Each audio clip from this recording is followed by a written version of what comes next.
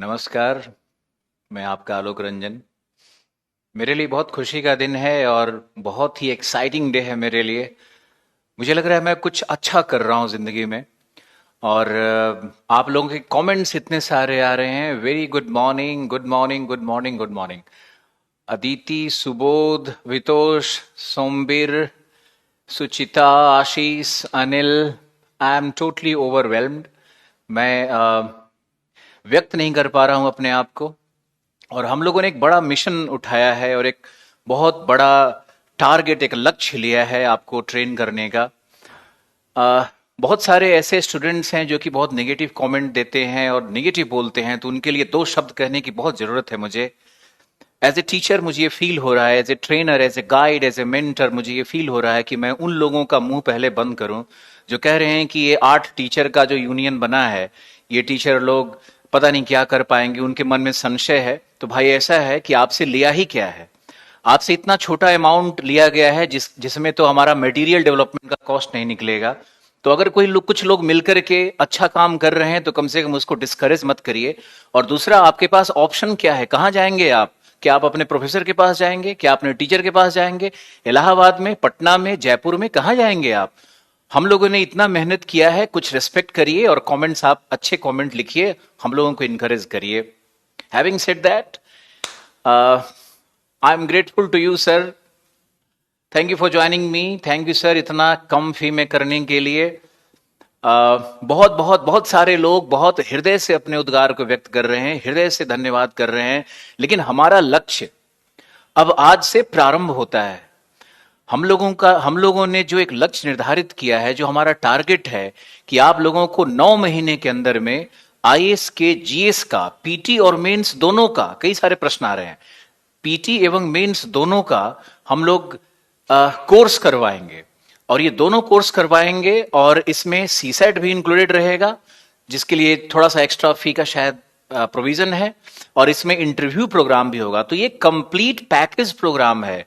इसमें कोई भी निगेटिविज्म नहीं है, कोई भी छुपा हुआ रहस्य नहीं है, कोई भी चीट करने का कोई इंटेंशन नहीं है। मेरे जो स्टूडेंट आज तक हमसे जुड़े रहे हैं वो सब सब जानते हैं कि मैं एक बहुत भावनात्मक व्यक्ति रहा। और मैंने कभी भी अपने रिजल्ट्स को, इतने बड़े बड़े रिजल्ट्स को कभी पोस्टरबाजी नहीं किया, कभी मैंने शो ऑफ नहीं किया। अपने हमारी कक्षाएं लगती रही आज तक और सब कुछ चलता रहा।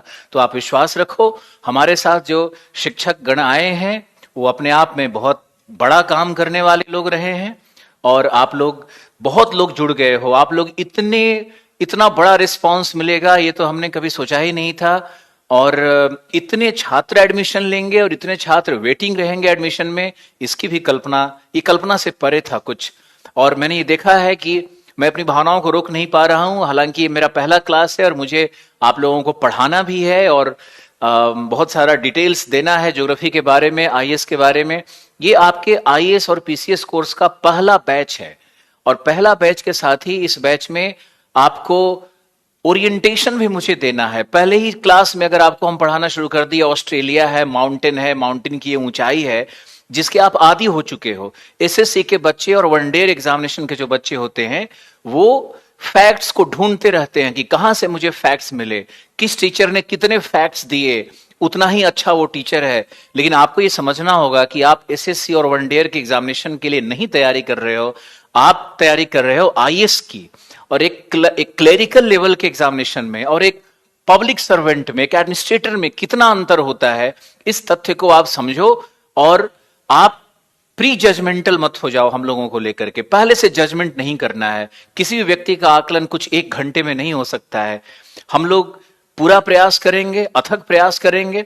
और आप लोगों को जो 9 महीने क्लास देनी है, उस 9 महीने में आईएएस के लिए जो भी मटेरियल है वो प्रिंटेड फॉर्म में भी आपको मिलेगा, पीडीएफ के रूप में मिलेगा। जैसे आज हमारी पहली क्लास है और हमारी पहले क्लास में मैंने वर्ल्ड रीजनल ज्योग्राफी और वर्ल्ड मैपिंग से प्रारंभ करने का सोचा है। तो ये जो हमारा जो विषय होगा, इसका पीडीएफ आज ही आपको मिल जाएगा या कल आपको मिल जाएगा। आज के क्लास में हम बिल्कुल श्योर नहीं है कि आपको कितना पढ़ा पाएंगे और विषय कैसे शुरू होगा, क्योंकि हमारे पास प्रश्नों का भंडार लग रहा है। अगर इन प्रश्नों का जवाब नहीं दिया जाएगा तो फिर बहुत सारी जो उत्कंठाएं हैं वो रह जाएंगी, ऐसी अतृप्त रह जाएंगी, आपके प्रश्न ही अतृप्त रह जाएंगे।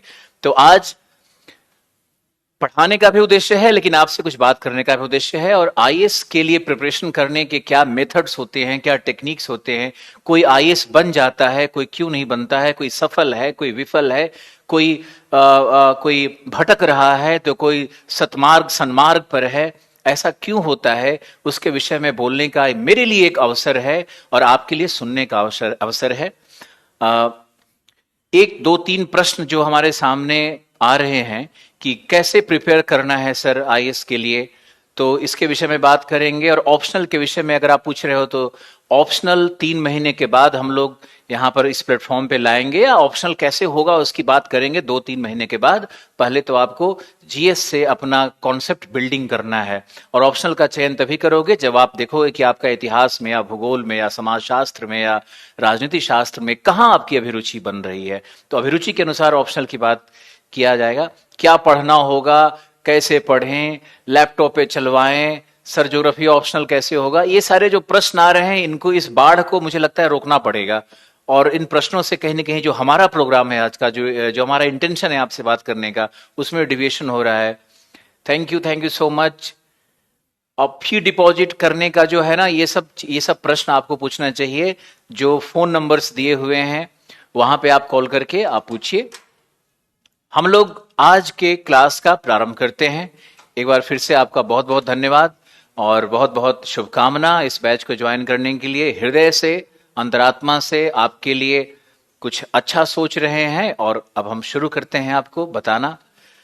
देखो, एक छोटा सा रहस्य है जीवन में सफल होने का, और वो रहस्य है, जब तक आप अंदर में, अपने अंदर में एक शांति का अनुभव नहीं करोगे, तब तक ज्ञान आपके पास नहीं आने वाला।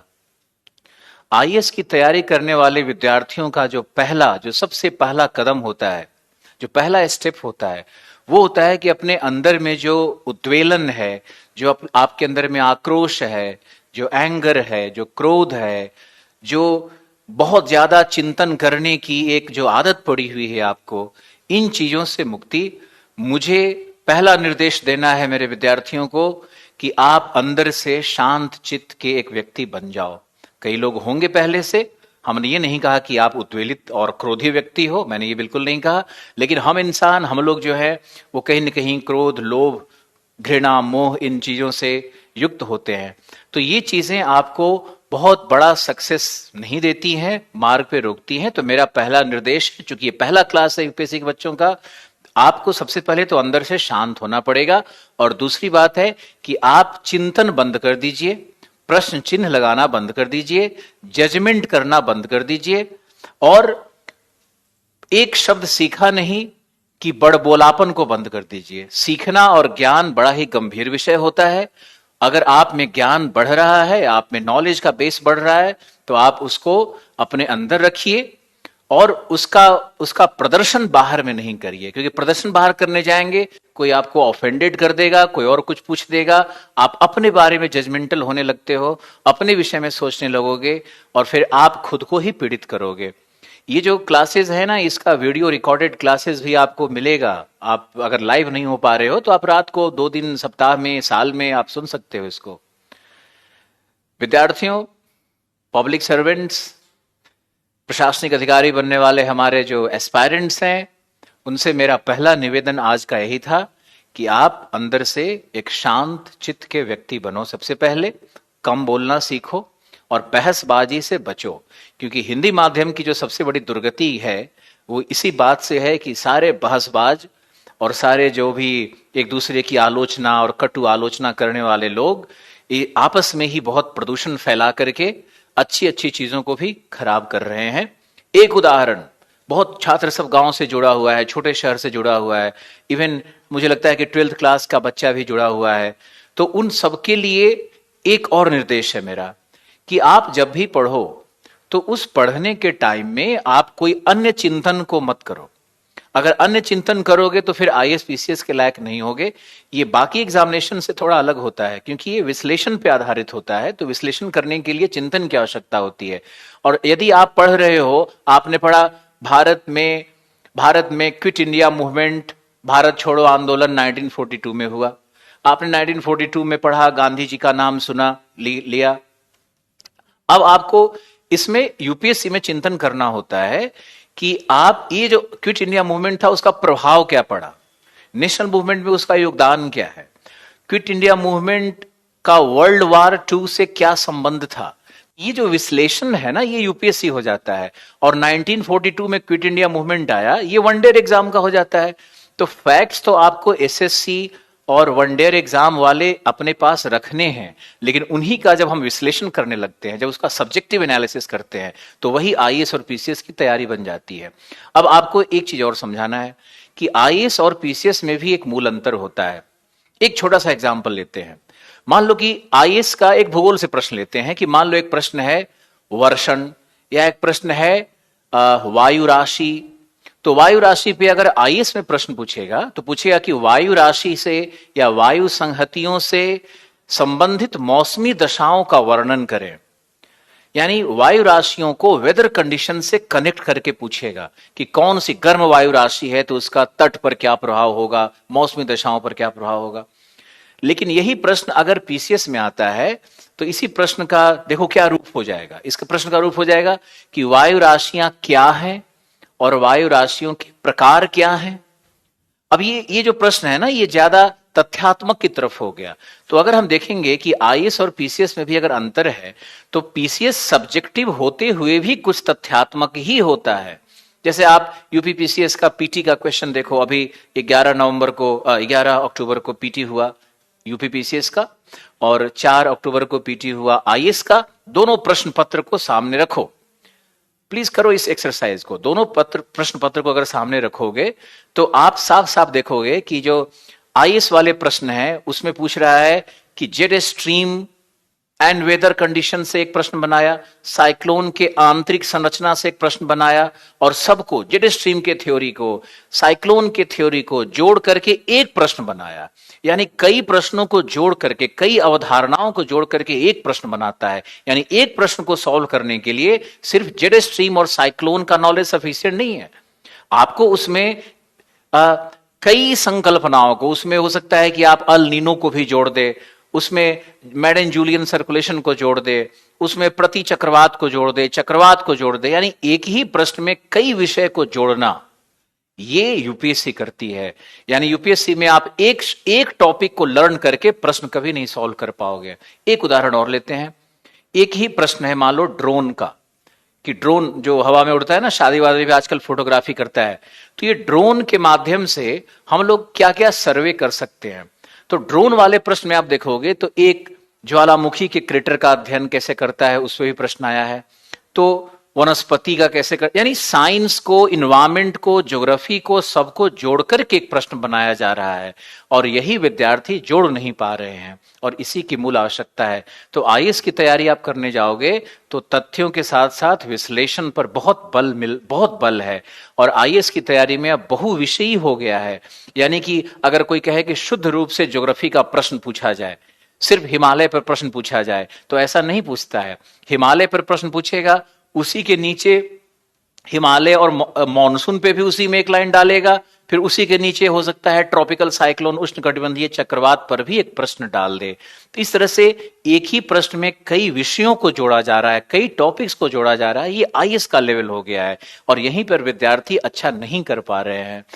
मेरी आवाज देश तक जानी चाहिए, मेरा जो विश्लेषण है ये भी बच्चों तक पहुंचना चाहिए।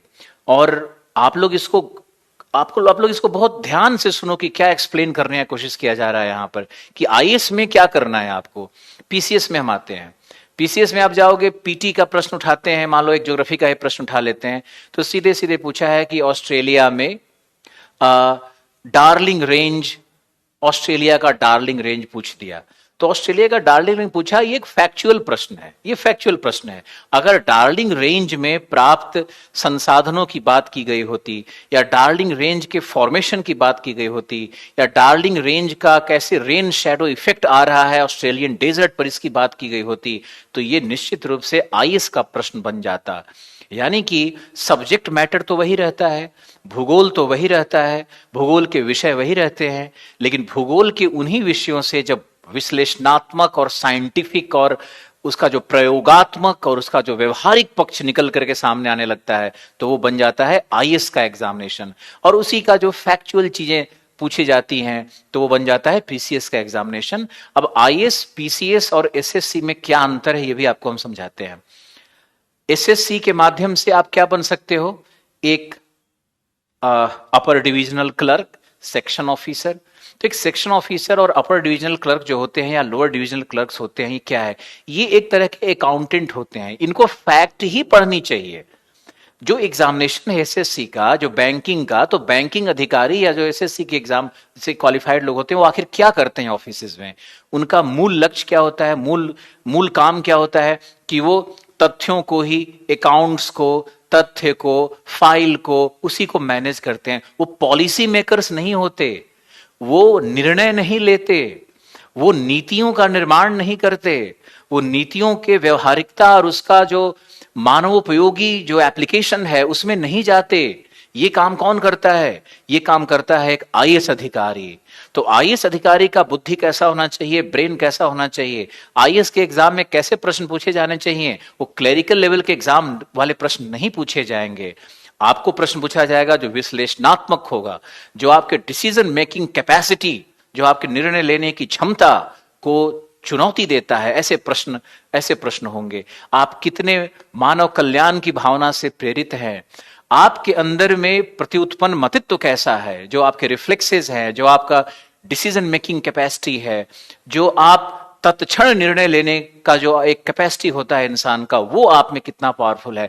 आप मानव से संबंधित मुद्दों को, आप जैसे गरीबी है तो अनएम्प्लॉयमेंट है, तो लेबर है, तो चाइल्ड लेबर है, तो विमेन का इशू है, तो एडल्ट का इशूज है, वृद्ध लोगों का, तो इन लोगों के जो मुद्दे होते हैं, इनको आप कितने संवेदनशीलता से देखते हो, ये एक आईएएस होता है। क्योंकि आईएएस का जॉब वही है, आईएएस का जो नेचर ऑफ जॉब है वो क्या है, वो तो एक पब्लिक सर्वेंट है, तो सभी पब्लिक से जुड़ा हुआ रहता है अपने डिस्ट्रिक्ट के अंदर में। तो उसको नीतियां बनानी होती है, तो नीतियों का इम्प्लीमेंटेशन करना होता है। जो सेक्रेटरी लेवल पे लोग जाते हैं वही तो नीति बनाते हैं ना। जो हर मिनिस्ट्री में जो सेक्रेटरीज होते हैं वो तो आईएएस होते हैं। और एसएससी या जो वनडेयर लोग होते हैं, ये लोग बेसिकली क्या करते हैं, ये लोग फैक्ट्स का कलेक्शन करते हैं, फैक्ट्स को संजो करके रखते हैं, ये लोग फाइल मेंटेन करते हैं। तो आप प्लीज इस बात को समझो, आपसे मेरी प्रार्थना है कि आप इस बात को समझो कि आईएएस बनने की प्रक्रिया और वनडेयर और एसएससी में जो पद मिलते हैं, बड़े सम्मानित पद हैं वो भी, उनकी प्रक्रिया अलग अलग है।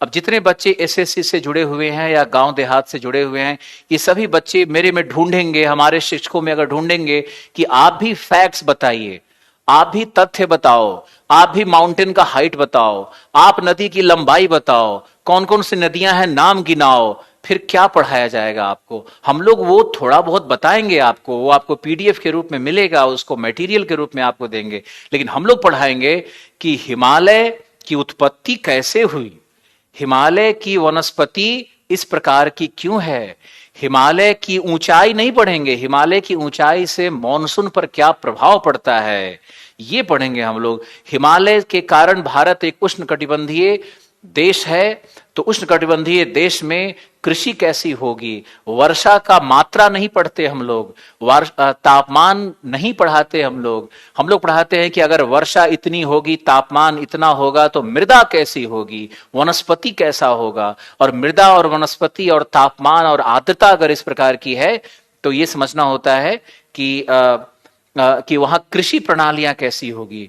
और कृषि प्रणाली है तो कृषि से संबंधित उद्योग कौन से हो सकते हैं। कृषि और उद्योग पढ़ने के बाद ट्रेड और ट्रांसपोर्टेशन की बात की जाएगी कि ट्रेड कैसा, व्यापार कैसे होगा, तो ट्रांसपोर्टेशन लिंकेजेस कैसे बनाए जाएंगे, इनकी बात की जाएगी। और इसी के बाद फिर आएगा कि रीजनल डेवलपमेंट का एस्पेक्ट क्या है, प्रादेशिक नियोजन की बात आएगी, नीतियों की बात आएगी, विकास के नीतियों की बात आएगी, और फिर अंत में क्या आता है, पर्यावरण का पक्ष आता है कि हमने आर्थिक विकास के क्रम में पर्यावरण को किस प्रकार क्षति पहुंचाया और उसका अब उन्नयन कैसे हो सकता है, उसी पर्यावरण का अब कंजर्वेशन कैसे हो सकता है, संरक्षण कैसे हो सकता है। तो ये सब विषय बन करके आईएएस में आते हैं। ये विषय आपके एसएससी और वन डे एग्जामिनेशन में नहीं आते हैं। अभी इतने प्रश्न आ रहे हैं कि आरएस के एग्जाम में क्या है, तो एसएससी की बात ना करें, आप निर्देश न दें। आप अगर हमसे जुड़े हैं तो आप निर्देश न दें मुझे कि मुझे क्या करना है। यहाँ पर पहले ही क्लास में आए हो, आप निर्देश देना शुरू कर रहे हो कि एसएससी की बात ना करें। हम कैसे नहीं बात करेंगे, हम बात करेंगे। आपको डिफरेंशिएट करना है कि एसएससी और आईएएस में अंतर क्या होता है, और कृपया इस तरह का निर्देश देना बंद करें, नहीं तो हम ये पूरा ब्लॉक करवा देंगे आपका। आपको पहले मैंने समझाया कि आपको एक अच्छा सा हृदय व्यक्ति बनना है। अगर नहीं समझ में आ रहा है तो आप वैसे भी नहीं बनोगे। दूसरा, मैंने आपको बताया कि एसएससी और आईएएस के विश्लेषण में अंतर होता है, और आईएएस में सिर्फ फैक्ट नहीं बल्कि उनका जो विश्लेषण है, उसका जो इंटरकनेक्शन है, जो अंतर विषयी व्याख्या होती है, उसके विषय में बात की जाती है। तो ये दो चीजें हुई। आपको मैंने कहा कि आप पीटी और आईएएस के दोनों प्रश्न को आमने सामने रख करके, यूपीपीसीएस का और आईएएस का प्रश्न पत्र रख करके एकदम से एनालिसिस करो। आज का दिन आपका इसी में जाना चाहिए कि आप दोनों का एनालिसिस कर रहे हो तो क्या उभर करके सामने आ रहा है। और एक होता है ना कि हम सचमुच में आईएएस बनना चाहते हैं, एक होता है कि हम समाज को दर्शाने के लिए किसी और उद्देश्य से वो कर रहे हैं, उस हमारा उद्देश्य ही पूर्ति नहीं हो रहा है। तो आपको देखना है कि आप कितने सीरियस हो। हम आपको आज एक छोटा सा सेशन लेते हैं कि हाउ टू बिगिन, कैसे शुरू करना है और कहां से शुरू करना है। तो जब भी आईएएस की तैयारी, बहुत इंपॉर्टेंट प्रश्न है जो कि बहुत सारे बच्चे पूछ रहे हैं कि सर कैसे शुरू करें, कहां से शुरू करें। पहले क्लास में बताने की बिल्कुल आवश्यकता है कैसे शुरू करें। देखो, शुरू करना है आपको जो जीएस का मुख्य परीक्षा है, मुख्य परीक्षा के लिए जो पेपर्स निर्धारित किए गए हैं वही मूल परीक्षा होती है। पीटी और मेंस को हम लोग कभी अलग करके नहीं देखते। मेंस के परीक्षा में जो भी सिलेबस बना हुआ है उसी सिलेबस पर हम अगर गहराई से पढ़ेंगे तो हमारा पीटी निकल जाता है। पीटी मेंस से इनसेपरेबल है, अलग नहीं है। और अगर हम चाहेंगे कि पहले पीटी की तैयारी करें बाद में मेंस की तैयारी करें तो यह एक गलत अप्रोच हो जाता है। ये बिल्कुल बहुत बड़ी भूल है। ये बहुत सारे रीजनल सेंटर पे, छोटे शहरों में लोग पीटी का तैयारी प्रारंभ करा देते हैं, लेकिन ये सच नहीं है। आप यूपीएससी के द्वारा पब्लिश्ड जो गैजेटियर है, जो गैजेट ऑफ इंडिया प्रकाशित होता है, उसको पढ़ करके देखो। उसमें लिखा हुआ है कि पीटी में जो प्रश्न पूछे जाएंगे वो, उसका एक सिलेबस दिया हुआ है, और ये भी लिखा हुआ है कि मेंस में जो सिलेबस लिखा हुआ है उससे ही पूछे जाएंगे। यानी मेंस की तैयारी आपको पहले करनी है, और पीटी और मेंस को सेपरेट नहीं किया जाता है, दोनों को एक साथ ही पढ़ा जाता है। व्यवसाय के लिए अच्छा है ये कि पीटी को सेपरेट कर दिया, मेंस को सेपरेट कर दिया, अलग अलग बैच बना लिया, और उसके बाद दोनों में एडमिशंस ले लिए और दोनों में एक ही बात कह करके निकल आए। ये तो व्यवसाय हो गया। लेकिन अगर आप देखोगे कि एक बच्चे के भविष्य के अनुसार से क्या करना चाहिए, तो सबसे पहला स्टेप यही होता है कि आप मेंस की तैयारी करो। तो आज आप लोग जाकर के सबसे पहले मेंस का सिलेबस डाउनलोड करोगे और मेंस के सिलेबस को देखोगे। पेपर 1 क्या है? पेपर 1 में लिखा है निबंध। आईएएस की तैयारी में सबसे पहले पेपर 1 में क्या लिखा है? निबंध लिखा है। तो ये जो निबंध है, पेपर 1 है आपका एसे, ये पेपर 1 है। अब निबंध की तैयारी भी पहले नहीं करनी है आपको। क्यों नहीं करनी है? क्योंकि निबंध तो सार गर्भित होता है। जब तक आप इतिहास का, भूगोल का, विश्व इतिहास का, विश्व भूगोल का, भारतीय समाज का, वैश्विक समाज का, और पेपर 2 में जो विषय हैं जैसे राजनीति शास्त्र, राजनीति का, संविधान का, लोक प्रशासन का, इनका ज्ञान नहीं होगा, आर्थिक व्यवस्था का, साइंस एंड टेक्नोलॉजी का, पर्यावरण का जब तक ज्ञान नहीं होगा, या इथिक्स वाले पेपर में अगर आप नहीं पढ़ोगे कि भाई सत्यनिष्ठा क्या है, तो मोरालिटी क्या है, तो इमोशनल इंटेलिजेंस क्या है, जब तक इनको आप डिसीजन मेकिंग क्या है, जब तक इनको आप पढ़ोगे नहीं तब तक आप कभी भी ए से नहीं लिख पाओगे। तो हमारे इस कोर्स का अप्रोच है कि सबसे पहला पेपर जो लिखा है निबंध, उससे तैयारी शुरू नहीं करते हैं हम लोग, पेपर 2 से तैयारी करते हैं। तो पेपर 2 की स्ट्रक्चर को देखते हैं। तो ये है हमारा पेपर 2। पेपर 2 में 3 भाग स्पष्टतः दिखता है यूपीएससी के सिलेबस के अनुसार। पहला है हिस्ट्री एंड कल्चर। तो पहले तो आपको हिस्ट्री एंड कल्चर, इसमें एक शब्द और लिखा है, वो लिखा है हेरिटेज। ये बड़ा ही गंभीर शब्द है, हेरिटेज। तो history, culture and heritage of India ये लिखा हुआ है। इसमें वर्ल्ड हिस्ट्री भी आएगा। तो हिस्ट्री एक बड़ा पार्ट हो जाता है, और हिस्ट्री में कम से कम आपको 150 घंटे तो हिस्ट्री पढ़ने में लगते हैं। हिस्ट्री काफी लेंदी हो जाता है यूपीएससी के लिए। और पीटी में भी 15-18 प्रश्न आएंगे, मेंस में भी 100 नंबर के प्रश्न, 80 से 100 नंबर के प्रश्न आते हैं। तो ये जो है ना, ये एक महत्वपूर्ण विषय होगा। तो हमारे कोर्स का जो प्रारंभ हो रहा है वो ज्योग्राफी और हिस्ट्री से हो रहा है। 11 से 11:30 से लेकर के हम आपको पढ़ाएंगे। 2 सेशन रखा गया है, एक तो 11:30 वाला सेशन है, दूसरा 2 बजे वाला सेशन है। तो 11:30 से लेकर 1:30 बजे तक जो आपको हम पढ़ाएंगे वो ज्योग्राफी होगा, और फिर रजनीश राज सर के द्वारा हिस्ट्री करवाया जाएगा, ताकि हम लोग पेपर 1 से ही प्रारंभ करें। आपके सिलेबस को हमने यूपीएससी के गजेटियर के अनुसार ही कंस्ट्रक्ट किया है, और इसमें history and culture second session में रजनीश राज जी के साथ होगा। और इसी के यहीं पे आता है इंडियन सोसाइटी भी, जो कि जिसमें सोशियोलॉजी में धर्मेंद्र जी हैं, और थर्ड है आपका ज्योग्राफी, जिसमें आपको हम ट्रेनिंग देंगे। तो ये जो 3 पार्ट है ना, ये पेपर 1 कहलाता है। अब इस पेपर 1 में अगर आप जाओगे तो इंडियन सोसाइटी का बहुत सारा पार्ट है, वो हिस्ट्री से भी और ज्योग्राफी से भी ओवरलैप करता है। तो इसकी तैयारी दोनों के साथ भी हो जाती है, और इंडियन सोसाइटी को अलग से भी, इसके लिए अलग से भी लगभग 100 to 120 आवर्स का क्लास करवाया जाएगा, ताकि आप निबंध में भी बहुत मजबूत बनो और आप सामाजिक मुद्दों को भी लिखने की प्रतिभा आप में जन्म ले। तो हमारा कोर्स कैसे प्रारंभ हो रहा है? हमारा कोर्स प्रारंभ हो रहा है कि हिस्ट्री एंड कल्चर और ज्योग्राफी के साथ बैच शुरू होगा। मॉर्निंग सेशन में ज्योग्राफी, आधे घंटे के ब्रेक के बाद आपका हिस्ट्री। तो ये हमारी स्ट्रेटजी है। मुझे आशा है कि आप इस स्ट्रेटजी के साथ ही काम करोगे। पेपर 1 निबंध से शुरू नहीं करना है, पेपर 2 से हम लोग शुरू कर रहे हैं। जीएस का ये पेपर 1 ही है समझो। तो ये हमारा स्ट्रेटजी होगा। अब पेपर 3 में क्या है, पेपर 4 में क्या है, ये हम बाद की क्लासेस में बात करेंगे। लेकिन हमारा अब जो स्ट्रेटजी है पिछले अगले 2 महीने का, वो यही स्ट्रेटजी है कि हम आपको हिस्ट्री और ज्योग्राफी में और इंडियन सोसाइटी में आपको ट्रेन करेंगे, क्योंकि ये किसी भी जीएस का आधार होता है। अगर आप ज्योग्राफी और हिस्ट्री कर लिए तो पीटी का आपका कम से कम 40 क्वेश्चन तक तो सॉल्व हो ही जाएगा, और 60 ही तो रह जाता है बाकी सिलेबस के लिए। और ज्योग्राफी और हिस्ट्री को लेंदी भी माना जाता है, तो पहले हम लोग यही अटैक करते हैं। जो सबसे बड़ा जो पहाड़ है ना, पहले उसी को तोड़ देते हैं। तो जब पहाड़ टूट जाएंगे तो छोटी छोटी पहाड़ियां तो फिर बिखर ही जाएंगी। तो हम लोग सबसे पहले पहाड़ तोड़ने का ही काम करेंगे, और हिस्ट्री और ज्योग्राफी से ही शुरू करेंगे। न्यूज़पेपर कौन पढ़ेगा, क्या पढ़ेगा, बात करते रहेंगे आपसे। अभी इन चीजों से थोड़ा बचिए, और यूपीएससी के सिलेबस पे आते हैं और इसका एक एनालिसिस करते हैं।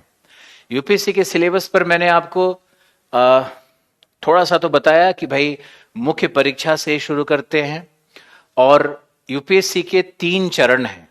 यूपीएससी के सिलेबस में यूपीएससी के बारे में कई बच्चे पूछ रहे हैं कि क्या होगा, कैसे होगा।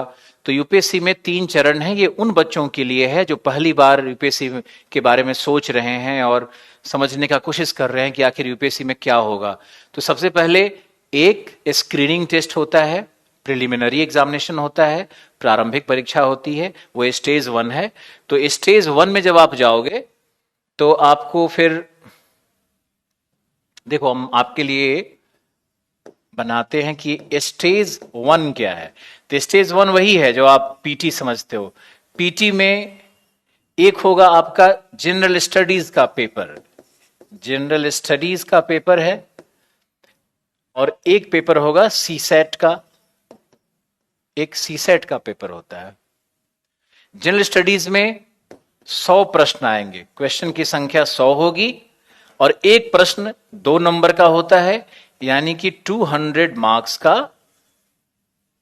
200 मार्क्स का ये पेपर होगा। और सीसेट सिर्फ क्वालिफाइंग है, सीसेट सिर्फ क्वालिफाइंग है। सीसेट में आपको 33% मार्क्स लाने हैं, यानी सीसेट में अगर आप 66 नंबर ले आए 200 में तो आप क्वालिफाई कर जाओगे। अब पहले जनरल स्टडीज की संरचना को ही समझते हैं कि जनरल स्टडीज में जो प्रश्न आएंगे उनका कॉन्फ़िगरेशन कैसा होगा, कहां से प्रश्न पूछे जाते हैं।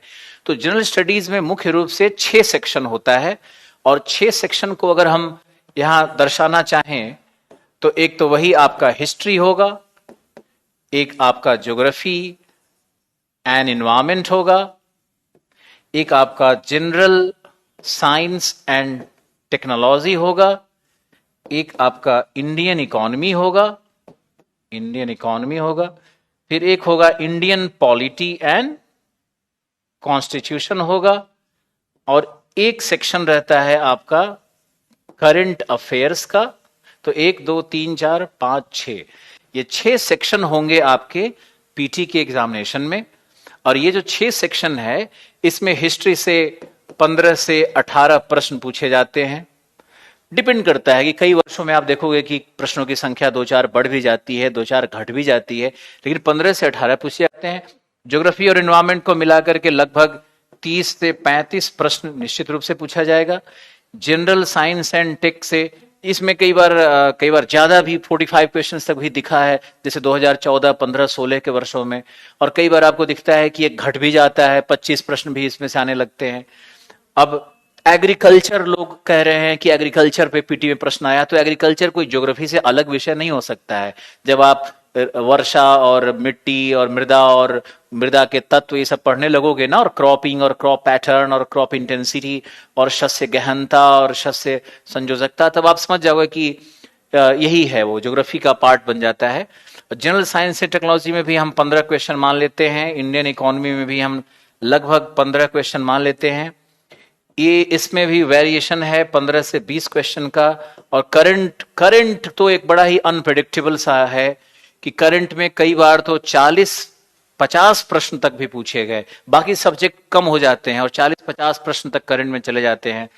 और कई बार तो इसमें एवरेज इससे भी 15 प्रश्न पूछा जाता है, यानी अगर आप देखोगे लगभग तो 15 इंटू 6, 15 इंटू 6, 90, और 10 प्रश्न ज्योग्राफी और एनवायरमेंट को मिलाकर के एक्स्ट्रा रहता है।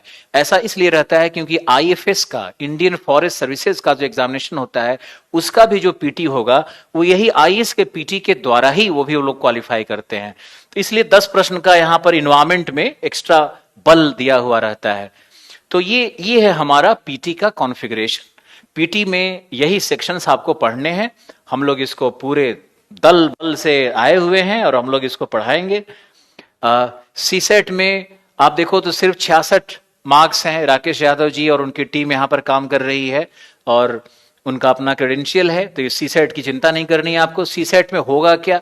सीसेट में होगा आपके एप्टीट्यूड का टेस्ट, आपके रीजनिंग का टेस्ट, आपके न्यूमेरिकल का टेस्ट, आपके मैथमेटिकल एबिलिटी का टेस्ट, आप कितना गणित बनाते हो, अंक गणितीय अभिरुचि कितनी है, तो रीजनिंग पावर कितना है आपके अंदर में, ये सब यहां पर आता है। अब इसमें एक और चीज आता है कि भाई कॉम्प्रिहेंशन भी पूछता है, तो बड़े बड़े पैराग्राफ्स होंगे, उससे संबंधित प्रश्न होंगे, उसका उत्तर भी आपको लिखना होता है, तो कॉम्प्रिहेंशन का एक पार्ट होता है। तो ये कॉम्प्रिहेंशन करना है। एक इसमें छोटा मोटा एक सेक्शन और होता है डेटा इंटरप्रिटेशन का, तो डिसीजन मेकिंग का। तो ये सीसेट एक बड़ा इंटरेस्टिंग सा पेपर है, लेकिन आपको चूंकि सिर्फ क्वालिफाई करना है, इसलिए इसे बहुत डरने की बात नहीं है। और ऐसा भी नहीं कि इसमें बहुत हायर लेवल मैथमेटिक्स का पूछा जाता है। जो बच्चे एसएससी और वन डेयर का एग्जामिनेशन देते हैं, वो बच्चे तो इसमें बड़े आसानी से क्वालिफाई कर जाएंगे, उनके लिए तो कुछ है ही नहीं है। अब हम चलते हैं स्टेज 2 के ऊपर में। तो स्टेज 2 में हमारा है, स्टेज 2 में हमारा मेंस आएगा। स्टेज 2 में हमारा मेंस आएगा, इसको कहते हैं मुख्य परीक्षा। मुख्य परीक्षा का मतलब ही है मुख्य, यानी मुख्य परीक्षा में आप जितने मार्क्स लाओगे उसी के आधार पर आप यूपीएससी क्वालिफाई करते हो। पीटी तो सिर्फ एक स्क्रीनिंग टेस्ट है। तो पीटी क्वालिफाई करने के बाद उसके मार्क्स का आईएएस के चयन में कोई रोल नहीं होता है। और आप ये मेंस वाले में आओ, तो मेंस में इसका सबसे पहला है एसे का पेपर जो मैंने आपको बताया, इसको GS1 लोग कहते हैं, एसे का निबंध का पेपर। फिर GS पेपर 1, पेपर 2, पेपर 3 और पेपर 4, ये 4 पेपर जनरल स्टडीज कहलाता है। ये जनरल स्टडीज का पेपर है, ये जनरल स्टडीज का पेपर है। आपको हम जल्दी जल्दी बता दें इन चीजों को। P1, P2, P3, P4 4 paper है। P1 की संरचना मैंने आपको बता दी कि इसमें इतिहास, इंडियन सोसाइटी और ज्योग्राफी होता है। तो ये भी 250 नंबर का होगा, यानी 1000 नंबर का ऐसे है। 250 मार्क्स का, 250 मार्क्स का ऐसे है, और 1000 मार्क्स का है ये मेंस का पेपर। तो पेपर 1 हो गया, सारे 250 नंबर के हैं। पेपर 2 में आप आओ तो इसमें इंडियन पॉलिटी, कॉन्स्टिट्यूशन, दूसरा पार्ट आएगा इंटरनेशनल रिलेशनशिप, तीसरा पार्ट आएगा इंडियन सोशल सिस्टम भी इसमें आ जाएगा, या और इसमें आएगा वो जियो पॉलिटिक्स का भी कुछ क्वेश्चन आता है। और इसमें एक जो इंपॉर्टेंट पार्ट है वो है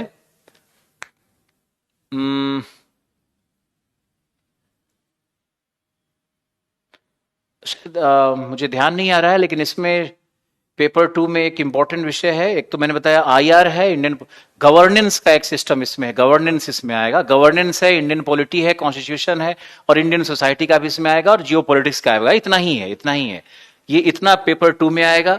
और पेपर 3 में आप आओगे तो इसमें इकोनॉमिक डेवलपमेंट, इंडियन इकोनॉमी का पार्ट आएगा, साइंस एंड टेक्नोलॉजी का पार्ट आएगा, इन्वायरमेंटल का पार्ट आएगा, इंटरनल सिक्योरिटी आएगा, डिजास्टर मैनेजमेंट आएगा, और इसमें क्रॉपिंग पैटर्न यानी एग्रीकल्चर का भी पार्ट आएगा, जो हम लोग ज्योग्राफी में ही कवर कर लेंगे। और इसमें फिर आता है फूड प्रोसेसिंग इंडस्ट्री का पार्ट, इंडस्ट्री का पार्ट भी आएगा।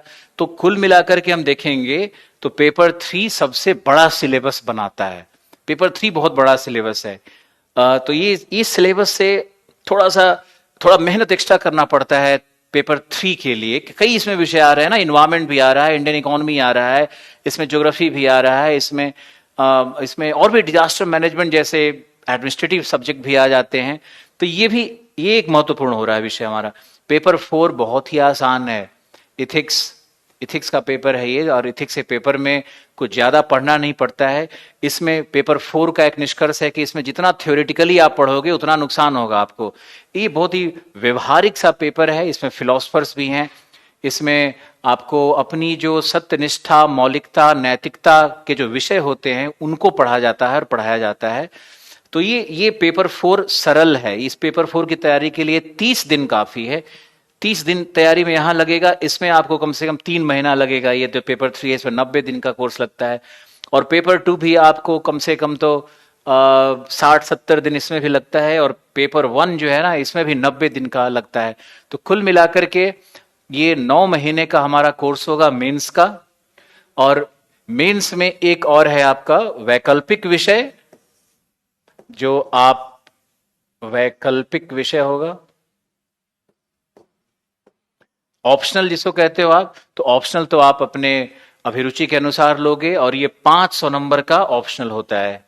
500 मार्क्स का ये ऑप्शनल होगा, और 500 मार्क्स बहुत मैटर करता है, क्योंकि आप कैसा वैकल्पिक विषय ले रहे हो। वैकल्पिक विषय लेने का 3 आधार होना चाहिए। पहला, ऐसा वैकल्पिक विषय लो जो कि इन सारे पेपर्स में आपको मदद करे, निबंध में भी मदद करे, पेपर 1, 2, 3, 4 में भी मदद करे। ऐसा वैकल्पिक विषय अगर हो तो बहुत बढ़िया है। दूसरा क्या होना चाहिए कि वैकल्पिक विषय में आपकी अभिरुचि हो। तीसरा, उसका एग्जामिनेशन में मार्क्स ज्यादा आता हो। चौथा, कि उस वैकल्पिक विषय का स्ट्रक्चर बनता हो, उसकी एक संरचना हो, उसमें जब भी आप उत्तर लिखने जाओ तो आपको भावात्मक उत्तर न लिखना हो, आपको कहीं ना कहीं उसमें वस्तुनिष्ठ चीजें याद आने लगे। जैसे मान लो एक उदाहरण लेते हैं, मान लो आपसे कोई पूछता है कि कामायनी में छायावाद की प्रवृत्तियां कैसी है, और छायावाद का हमारे सामाजिक जीवन पर क्या प्रभाव है। तो एक भावात्मक प्रश्न है। वहीं अगर ये प्रश्न पूछा जाए कि भारत में वर्षा के वितरण को दर्शाएं, या भारत के वनस्पति क्षेत्र को दर्शाएं। तो इस तरह का अगर प्रश्न होता है तो उसमें ये साफ होता है कि भाई कहाँ कहाँ एक मैप बना करके क्या क्या फैक्ट्स हमको डालने हैं। तो कुछ विषय ऐसे होते हैं जो संरचनात्मक होते हैं। तो संरचनात्मक विषय का ये होता है कि उसमें आप कहीं ना कहीं ज्यादा नंबर लेकर के आ जाते हो। जैसे मैथमेटिक्स बहुत संरचनात्मक है, फिजिक्स संरचनात्मक है। जो साइंस की तरफ ओरिएंटेड विषय है ना वो संरचनात्मक होते हैं, उनमें नंबर ज्यादा आते हैं। पॉलिटिकल साइंस जैसे विषय हैं, ज्योग्राफी जैसे विषय हैं, ये सभी संरचनात्मक हैं। पवेट जैसे विषय हैं, अच्छी संरचना बनती है इनके इनके आंसर राइटिंग में। तो आपको ध्यान रखना है वैकल्पिक विषय लेते समय कि आप इनका इंग्लिश में प्लीज लिख रहे हैं आप। इंग्लिश में हमारा 20 नवंबर से बैच शुरू होगा, वहां पे सिर्फ और सिर्फ अंग्रेजी बोली जाएगी। आप परेशान ना हो, आप इंग्लिश वाले बैच को ज्वाइन करिए। पॉलिटिकल साइंस भी एक बहुत अच्छा विषय है, ज्योग्राफी भी अच्छा, लॉ भी बहुत अच्छा विषय है। अगर आप लॉ के विषय में पूछते हो तो मुझे लगता है कि लॉ बहुत अच्छा विषय है, क्योंकि लॉ में भी आपको तो वो पूरे आर्टिकल्स और उसके जो प्रोविजंस हैं, उसके जो क्लॉज हैं, उसके बेसिस पे आपको आंसर लिखना होता है, केस स्टडीज लिखना होता है। तो लॉ भी एक सक्सेसफुल है। जूलॉजी अच्छा है, बॉटनी भी अच्छा है। अब आपको देखना होगा कि यूपीएससी के ट्रेंड में कौन सा विषय अच्छा कर रहा है, और मोर आपको अपनी अभिरुचि देखनी होती है। यहाँ हिंदी मीडियम में अगर आपने एडमिशन लिया है, आप चाहते हो कि इंग्लिश मीडियम में कन्वर्ट हो जाए, तो आपको पूरी सुविधा मिलेगी। Geography is a very good subject as optional. आप बहुत सारे प्रश्न आ रहे हैं। ये 21-22 ये जो हमारा बैच होगा ये 2021 और 22 के लिए ही है, बल्कि एक फाउंडेशन बैच है। ये कोई टारगेट बैच नहीं है कि इसी वर्ष के लिए ऐसा कुछ करवाया जा रहा है। एक फाउंडेशन बैच है, और इस बैच में हम लोग आपको हर सप्ताह में करंट अफेयर का एक टॉपिक देंगे, एक क्लास देंगे और उसका पीडीएफ मटेरियल भी देंगे। और संडे को एक छोटा एग्जामिनेशन भी कंडक्ट करवाएंगे आपका। पहले एग्जामिनेशन बहुत ही सिंपल लेवल का होगा, फिर धीरे धीरे करके उसको जैसे जैसे आप पढ़ोगे तो उसकी हम आगे उसका जो क्वालिटी होता है उसको इम्प्रूव करते चले जाएंगे यूपीएससी के अनुसार। लेकिन शुरू के जो टेस्ट होंगे वो बड़े सिंपल से होंगे। आपको डिस्करेज नहीं करना है, आप बिल्कुल नए आए हो इस फील्ड में। हिस्ट्री ऑप्शनल भी अच्छा है, एग्रीकल्चर ऑप्शनल भी बहुत अच्छा है। उत्तर प्रदेश के पीसीएस में भी एग्रीकल्चर ऑप्शन अच्छा कर रहा है, पवेट भी अच्छा है। ये ऑप्शनल पे जब हम बात करेंगे ना तो मैंने कहा कि सभी ऑप्शनल अच्छे होते हैं, आपको बस वही 5 क्राइटेरिया बस अपनाना है ऑप्शनल के चयन में। आप देखो कि ए से जनरल स्टडीज के 4 पेपर और वैकल्पिक विषय, ये 500, 1500, 1750, ये 1750 नंबर का आपका मेंस होता है। अब एक रहस्य बताते हैं आपको। अगर ये 1750 नंबर में अगर कोई व्यक्ति 1000 नंबर ले आता है तो आईएएस के लिए क्वालिफाई करता है, वो आईएएस बन जाता है। वो 1000 नंबर लाने की आवश्यकता है। अब कहना तो आसान था 1000 नंबर लाने की आवश्यकता है, लेकिन इतना सरल भी नहीं। अगर सरल होता तो सारे बच्चे लाए होते। इसका मतलब है कि कहीं ना कहीं एक कठिन टास्क है। 1750 में 900 नंबर लाना भी एक कठिन टास्क होता है, यानी 50% नंबर लाना भी कठिन टास्क है। और 50% नंबर भी अगर आप लाओगे 1750 में, तब भी आप आईएएस क्वालिफाई कर सकते हो। ऐसे की क्लास भी करवाई जाएगी, प्रश्न आप पूछ रहे हैं, ऐसे की क्लास भी करवाई जाएगी। इंटरव्यू पे आ रहे हैं, कितने मार्क्स का होता है हम आपको बताते हैं। अब देखो ये जो मुख्य परीक्षा है ना, इसमें ही आपको परफॉर्म करना है। इसमें भी एक स्ट्रेटजी आपसे शेयर करनी है मुझे, कि जो कुछ व्यक्ति क्या करते हैं कि ऐसे वाले पेपर को इग्नोर करते हैं, निबंध वाले पेपर को इग्नोर करते हैं। अच्छा नहीं है। निबंध में 140, 160 तक नंबर आते हैं, और आप देखोगे इस बार जो आईएएस रैंक 1 है, आईएएस रैंक 5 है, ये सब 140 प्लस नंबर लाए हुए लोग हैं। तो हायर रैंक्स को लाने के लिए निबंध में बहुत अच्छा नंबर लाना होता है। और निबंध के लिए क्या चाहिए? आपकी भाषा शैली अच्छी होनी चाहिए। आपको निबंध में फैक्ट्स भी लिखने होते हैं, छोटे मोटे डायग्राम्स भी बनाने होते हैं। कई महान लोगों की जो वक्रोक्तियां होती है, जो उनके जो डिक्टम्स होते हैं, उनके जो स्टेटमेंट्स होते हैं, उनके जो कथन होते हैं, उसको भी लिखना होता है। बहुत सारे केस स्टडीज लिखने होते हैं। निबंध के विषय में स्पेशल क्लास ऑर्गेनाइज किया जाएगा। अभी इतना प्रश्न मत पूछो, आपके डाउट्स कैसे क्लियर होंगे। हम लोग क्या करेंगे कि आपका जैसे जो भी टीचर होंगे वो वीक में एक बार एक क्लास में जरूर डाउट क्लियरिंग सेशन रखेंगे, और आप अपना डाउट्स को टाइप करोगे, वो टीचर पढ़ करके उसको बोलेंगे, उसका समाधान मिलेगा। आप तो ये हमारा दूसरा, मैंने आपको बताया कि ऐसे निबंध वाले पेपर में आपको अच्छा करना है, 140 प्लस मार्क्स लाना है। अब आप वैकल्पिक में आओ, तो ये 500 मार्क्स का वैकल्पिक विषय है। इसमें कुछ विषय तो 340 तक नंबर देता है और कुछ विषय 140 तक देता है। तो ये आपको जज करना होगा कि कौन से विषय हैं जहां पे मार्क्स बहुत अच्छे आ रहे हैं। और वही बात बार बार कहनी पड़ रही है आपसे कि अभिरुचि बहुत जरूरी है। हिंदी साहित्य का एक नुकसान ये होगा कि हिंदी साहित्य का जीएस में कहीं कोई रोल नहीं होता है, और हिंदी क्वालिफाइंग है एज ए पेपर, तो उसका कोई रोल नहीं होता है। दूसरा ये है कि आप इंटरव्यू में जाओगे और हिंदी साहित्य के विद्यार्थी रहोगे तो कोई बहुत बड़ा इंप्रेशन क्रिएट नहीं होता है, और बहुत अच्छा मार्क्स इंटरव्यू में नहीं मिलता है। तो हिंदी साहित्य में मान लो कि अगर 10-20 नंबर एक्स्ट्रा आपके मुख्य परीक्षा में आ भी गया, तब भी उसका नुकसान जीएस में 100 नंबर का नुकसान आप सेटबैक ले रहे हो, और आप इंटरव्यू में भी 10-20-30 नंबर पीछे चल रहे हो। तो ओवरऑल अगर हम देखेंगे तो ये अच्छा नहीं है। विगत कई वर्षों में कुछ प्रचार माध्यम से ऐसा कुछ हो गया कि सारे हिंदी माध्यम के विद्यार्थी सिर्फ और सिर्फ हिंदी साहित्य ले रहे हैं, और उसके कारण कुछ रिजल्ट्स भी दिखते हैं, कुछ रिजल्ट्स भी उसमें दिखते हैं। लेकिन ये जो हिंदी साहित्य से विद्यार्थी आईएएस में या पीसीएस में सफल हुए हैं, उनके बैकग्राउंड में अगर आप जाओगे तो आप देखोगे कि उनका 2 ऑप्शनल कभी रहा होगा, या उनके ग्रेजुएशन में हिंदी साहित्य नहीं रहा होगा, और उनका कहीं न कहीं इतिहास, भूगोल और पॉलिटिकल साइंस इस तरह के विषयों पे जबरदस्त पकड़ बनी हुई होगी, और साइंस के विद्यार्थी रहे होंगे, तभी वो अच्छा कर पाते हैं। एक कॉमन लड़का उठता है और हिंदी साहित्य ले लेता है तो उसके हित में तो बिल्कुल नहीं है ये। हम किसी विषय के अगेंस्ट नहीं बता रहे हैं, लेकिन जो सच है वो बताना पड़ेगा आपको। तो ये वैकल्पिक विषय 500 मार्क्स का, इसमें 2 पेपर होंगे।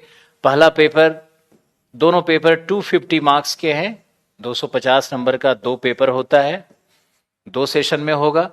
और अब जो वैकल्पिक विषयों में प्रश्न पूछे जा रहे हैं वो प्रश्न कहीं से भी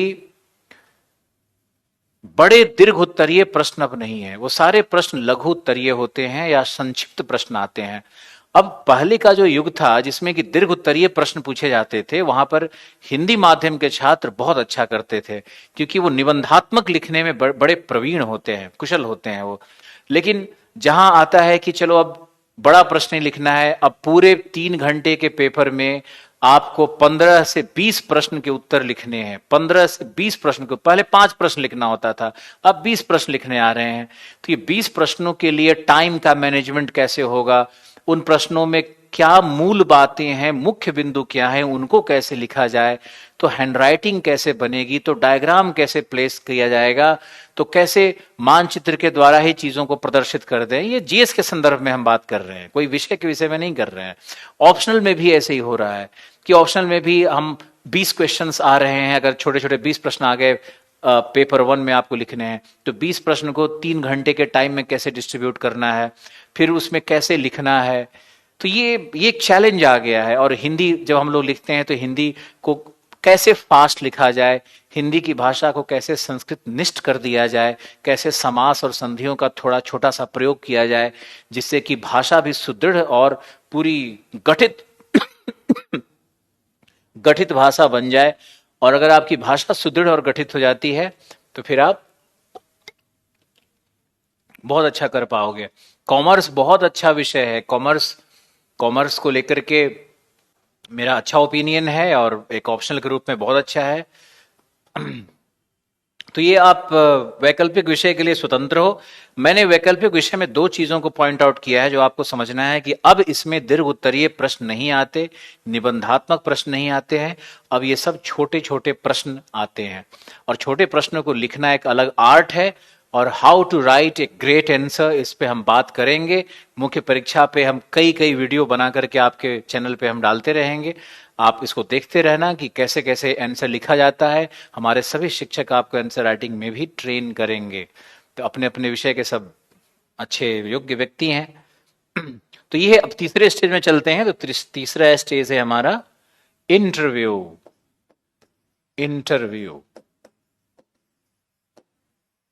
इंटरव्यू क्या है? इंटरव्यू एक पर्सनालिटी टेस्ट है। इसमें चेयरमैन बैठे होंगे और उनके दाईं तरफ और बाईं तरफ कई बार 4 लोग होते हैं, 2-2, 5 लोगों की टीम होती है। और ये टीम डिपेंड करती है, कई बार ये 6 लोगों की टीम भी होती है, 5 लोगों की टीम भी होती है। अभी 5 लोगों का बोर्ड चल रहा है, तो ये जो चेयरमैन होंगे वो बीच में होंगे। आप अंदर इंटर करते हो तो आपको अभिवादन चेयरमैन के साथ सबको करना होता है, वहीं से आपका पर्सनैलिटी टेस्ट प्रारंभ हो जाता है।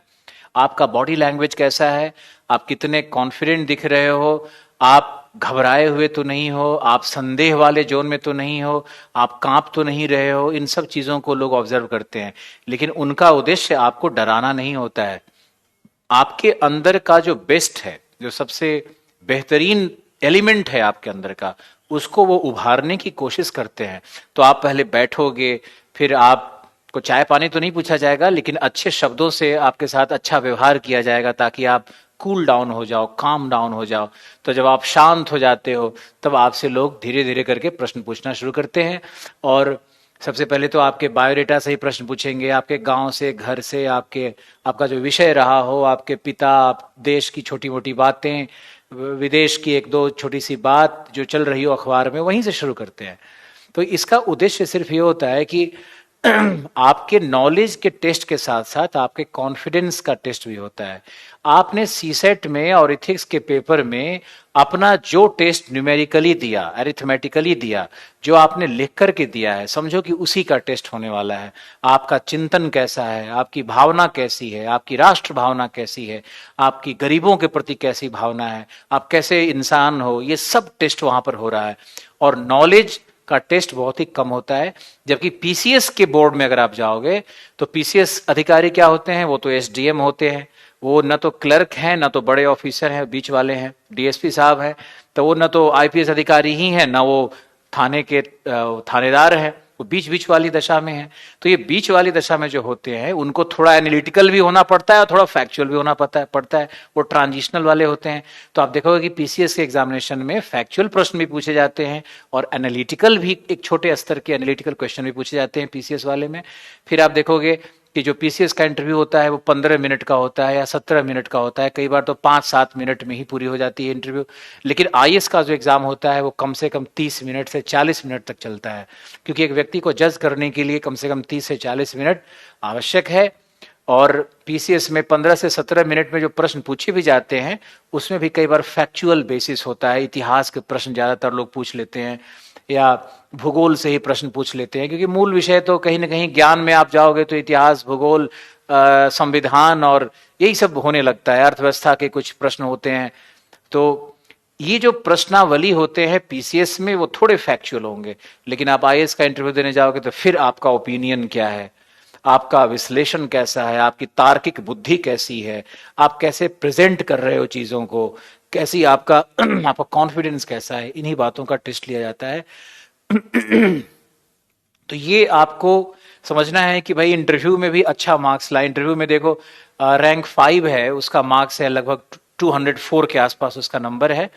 और जो रैंक 1 है प्रदीप कुमार हरियाणा से, उनका मेंस में जो प्रदीप कुमार ने इतना ज्यादा नंबर लाया, इसे कारण इनका रैंक 1 हो गया। नहीं तो इंटरव्यू में अगर इनको 50 नंबर और आया होता, ये तो बड़े मार्जिन से रैंक 1 बनने वाले थे, कि मेंस में इनको नंबर बहुत ज्यादा आया। तो ये बात इस बात को सत्यापित कर रहा है ये तथ्य कि मेंस की परीक्षा, जो लिखित परीक्षा है, उसमें जबरदस्त परफॉर्म करना है। और उसमें अगर जबरदस्त परफॉर्म करोगे और इंटरव्यू में 50 नंबर कम भी है किसी से, तब भी आप रैंक 1 ला सकते हो। तो मेंस में आपको सबसे ज्यादा तैयारी करनी होती है। मेंस में जो बच्चा बहुत तैयारी करेगा वही बच्चा पीटी भी क्वालिफाई करता है, वही बच्चा इंटरव्यू में भी अच्छा कर पाता है। तो मेंस के सिलेबस का एक वाइड कवरेज देना है, हम लोगों को भी देना है। और हम लोग पीटी में जो भी संभावित प्रश्न होंगे उसको मेंस के कोर्स के साथ साथ ही उसकी व्याख्या करते रहते हैं। और मेंस के टेस्ट के साथ साथ आपको पीटी का भी टेस्ट शुरू से ही प्रारंभ हो जाएगा। तो मेंस और पीटी को सेपरेट न करके हम लोग इंटीग्रेटेड, कॉम्प्रिहेंसिव, एक अच्छा फाउंडेशन के साथ इसकी तैयारी करवाएंगे। और आप उसमें भाग लो। मैथिली साहित्य का जहां तक बात है, तो साहित्य को आईएएस के विषय के रूप में लेना, मैथिली साहित्य में हो सकता है कि 20 नंबर आपको ज्यादा आ जाए, अन्य विषय से हो सकता है कि आपको नंबर ज्यादा मिल जाए, लेकिन उसका नुकसान बहुत है। उसका नुकसान कहीं ना कहीं जीएस के पेपर में होगा, कहीं ना कहीं इंटरव्यू में जाकर के हो जाता है।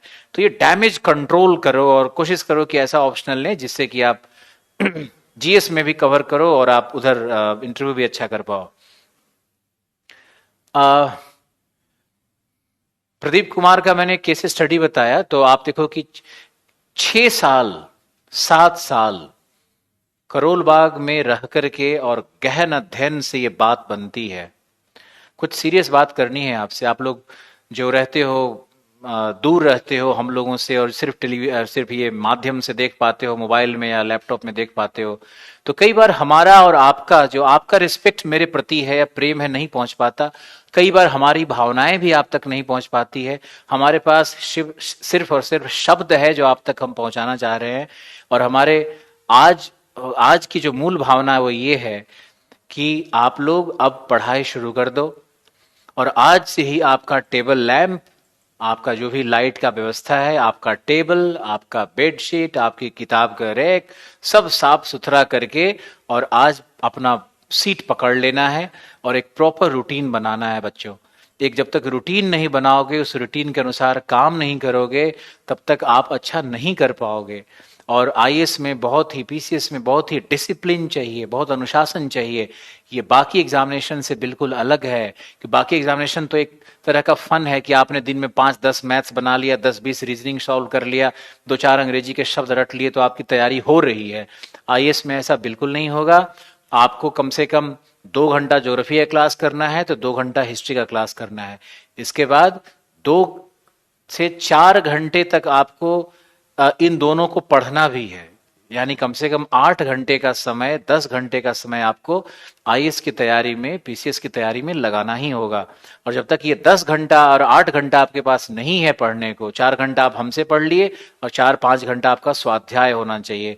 अगर ये नहीं है तो फिर बाकी सब ऐसे ही कथा कहानी है कि हम भी तैयारी कर रहे हैं और कोई रिजल्ट निकल करके सामने नहीं आएगा।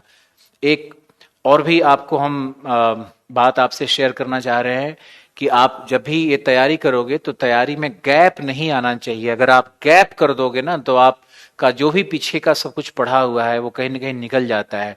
मान लो आप तैयारी कर रहे हो, बीच में आपके बड़े भाई की शादी तय हो गई, तो शादी तो बड़े भाई की तय हुई है ना, तुम क्यों नाच रहे हो और तुम अपना समय क्यों खराब कर रहे हो? तुम अपना क्या कर रहे हो अपने जीवन के साथ? एक बहुत गहरी बात आपको समझाने की कोशिश की जा रही है कि आपको इस तरह के जो सोशल इवेंट होते हैं या जो भी इस तरह की बातें हो जाती है फैमिली के अंदर में, तो वो वहां आपको कहीं ना कहीं रुकना होता है। और आपको उसमें से भी आपको 5 घंटे का टाइम, 8 घंटा 10 घंटा नहीं निकल रहा है तो 4 घंटे का टाइम निकालना पड़ता है और आपको पढ़ना पड़ता है। एक अंतिम बात आपको समझानी है, फिर हम ज्योग्राफी पे आएंगे और ज्योग्राफी के सिलेबस को डिस्कस करेंगे और कोशिश करते हैं कि कुछ आपको बताया भी जाए, क्योंकि शुरू करना है और बहुत कम समय में हम लोगों को बहुत कुछ करना है आपके साथ। देखो, एनसीईआरटी की बड़ी महत्ता है। आईएएस में, पीसीएस में एनसीईआरटी की बड़ी महत्ता है। और एनसीईआरटी किसने लिखा? एनसीईआरटी इस देश के सबसे महान विद्वानों ने, शिक्षकों ने, उनके ग्रुप ने, उनके समूह ने लिखा है। तो एनसीईआरटी पढ़ना है आपको। और एनसीईआरटी कैसे लिखा जाता है उसका भी एक तरीका आपको बताते हैं कैसे लिखा जाता है। जैसे मान लो कि आईएएस बहुत सारे विद्वानों के, बड़े विद्वानों की किताबें होती है, उन्हीं किताबों से निकाल करके जो उनके मूल एलिमेंट्स होते हैं उसको एनसीईआरटी अपनी किताबों में डाल देती है। तो ये जो मूल किताबें होती है, बड़े विद्वानों की किताबें होती है, उनका सार तत्व कहीं ना कहीं, सारांश ही सही, उसका जिस्ट जो होता है वो कहीं ना कहीं आपके एनसीईआरटी में आ जाता है। और अगर एनसीईआरटी में ये चीजें आ गई तो आप उसको अगर पढ़ते हो तो आज भी यूपीएससी में 30% प्रश्न, आज भी हिस्ट्री का अगर हम एग्जाम्पल ले लें तो 8 प्रश्न तो एनसीईआरटी से कनेक्ट हो ही रहे हैं, जो शब्द ही एनसीईआरटी से निकल करके आ रहे हैं। तो एनसीईआरटी को पढ़ना बहुत जरूरी है बच्चों। अब ये समझो कि एनसीईआरटी तो हमें पढ़ना है, लेकिन कैसे पढ़ना है, उसके पढ़ने का तरीका क्या होगा, उसके पढ़ने का मेथड्स क्या है। तो कोई भी आईएएस का बैच शुरू होता है तो हम लोग एनसीईआरटी पढ़ने कहते हैं। अब साथ ही उसके साथ एनसीईआरटी के पढ़ने के मेथड पर भी बात करते हैं। तो प्लीज इस मेथड को समझो। और ये हमारा आज का सबसे क्रूशियल सेशन है, सबसे महत्वपूर्ण बात अभी की जा रही है आपके साथ, क्योंकि बहुत सारे लोग तो जीएस का कॉन्फ़िगरेशन ये सब जानते ही होंगे, वो तो एक फॉर्मेलिटी था जो किया गया है। एनसीईआरटी को पढ़ने का सबसे पहला तरीका, पहला है कि आप एनसीईआरटी को जब पहली बार पढ़ोगे तो आप उसके फैक्ट्स को छोटा छोटा अंडरलाइन करोगे। जैसे मान लो आप हिस्ट्री का एनसीईआरटी पढ़ रहे हो, तो हिस्ट्री के एनसीईआरटी पढ़ने के क्रम में मान लो कि आपने पढ़ा कि थियोसॉफिकल सोसाइटी, ऐसा शब्द आया थियोसॉफिकल सोसाइटी, तो आपने उसको अंडरलाइन किया क्योंकि ये शब्द आपको मालूम नहीं है, लेकिन ये अलग सा कुछ लगा। अब ये जो एनसीईआरटी से आपने शब्द लिया थियोसॉफिकल सोसाइटी, इसको चाहिए कि आप नोट डाउन कर लो कहीं पे, और नोट डाउन करके इंटरनेट पे सर्फिंग करो, या आपने किसी सीनियर से पूछो। सीनियर से पूछने का मतलब है टाइम खराब, किसी से पूछने का मतलब टाइम खराब। आज सबसे बड़ा गुरु कौन है? गूगल। तो आप गूगल बाबा पे जाइए और गूगल पे सर्च मारिए, वहां पे ब्रिटानिका इंसाइक्लोपीडिया आता है। विकिपीडिया में तो बहुत सेटिस्फैक्टरी चीजें नहीं है, लेकिन ब्रिटानिका इंसाइक्लोपीडिया पे जाइए और वहां पे आप देखिए कि थियोसॉफिकल सोसाइटी पर क्या क्या लिखा हुआ है, कई लिंकेजेस आपको मिलेगा। तो आप बहुत अंदर तक नहीं जाना, थियोसॉफिकल सोसाइटी के विषय में जो 5-10 मूल बातें मिल रही है उसको नोट कर लो अपने डायरी में, अपने नोटबुक में। अगर ऐसा नहीं करोगे तो फिर बहुत पछताओगे। थियोसॉफिकल सोसाइटी में जो एनसीईआरटी में लिखा है बहुत ही कम लिखा है, उसने सिर्फ एक शब्द लिखा है, उसमें सिर्फ एनी बेसेंट का नाम मिलेगा। तो सिर्फ एनी बेसेंट के नाम को लेकर के और थियोसॉफिकल सोसाइटी का स्थापना इस ईस्वी सन में हुई, इससे कोई फायदा नहीं है। ये नहीं पूछेगा, पूछेगा एनसीईआरटी से ही, लेकिन एनसीईआरटी के उसी शब्दावली से कहीं हट करके कुछ और पूछ लेता है। तो ये रहस्य है एनसीईआरटी के पढ़ने का। दूसरा एनसीईआरटी पढ़ने का मेथड, दूसरा मेथड है कि अब एक ज्योग्राफी का एग्जाम्पल लेते हैं। मान लो कि हम पढ़ रहे हैं अफ्रीका एज ए कॉन्टिनेंट पढ़ रहे हैं, क्लास 6 के एनसीईआरटी में है। तो हम लोग अगर इस एनसीईआरटी को पढ़ने गए तो देखते हैं कि अफ्रीका पे लिखा हुआ है कि अफ्रीका की औसत ऊंचाई 800 मीटर है। अफ्रीका का जो किनारा का भाग है वो कगार नुमा है, तीव्र ढाल से बना हुआ है, इसलिए यहां पर बंदरगाहों का, पोर्ट का अभाव मिलता है, जिसके कारण विश्व व्यापार में क्षति होती है। अब ये रुको, यही समझना है कि एनसीईआरटी में क्या अद्भुत लिखा हुआ है। आप देखो कि इसमें कितना बढ़िया कनेक्शन है। ये जो एनसीईआरटी का ये पैराग्राफ है, इसे तो मुख्य परीक्षा के प्रश्न बन जाते हैं, मुख्य परीक्षा का उत्तर भी लिखा जाता है, जीएस का सॉल्यूशन मिल जाता है। जैसे देखो, कगार, इसका मतलब क्या निकल रहा है कि अफ्रीका एक पठार है, 800 मीटर से ऊपर ऊंचाई उसकी औसत आ रही है, तो अफ्रीका एक पठार है, पूरा महाद्वीप ही एक पठार हो गया। और ये जो पठार का किनारा है वो ढाल तीव्र है, यानी कगारनुमा है। तो जहां पे ढाल तीव्र होगा वहां तो दीवाल की तरह अफ्रीका है। मान लो हम समुद्र की तरफ से आ रहे हैं तो अफ्रीका जाएंगे तो हमको शैलो कोस्ट नहीं मिलेगा, ऐसे छिछला तट नहीं मिलेगा, उथले जल वाला तट नहीं मिलेगा, हम लोग को मिलेगा एक दीवाल। तो कोई भी जहाज अगर आएगा तो उसको क्या मिला? एक दीवाल, एक मिला क्लिफ, एक बड़ा सा खड़ा चट्टान मिल गया अफ्रीका के किनारे।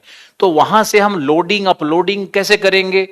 किसी भी वस्तु का, सामान का, विश्व व्यापार के पदार्थों का नहीं कर पाएंगे ना।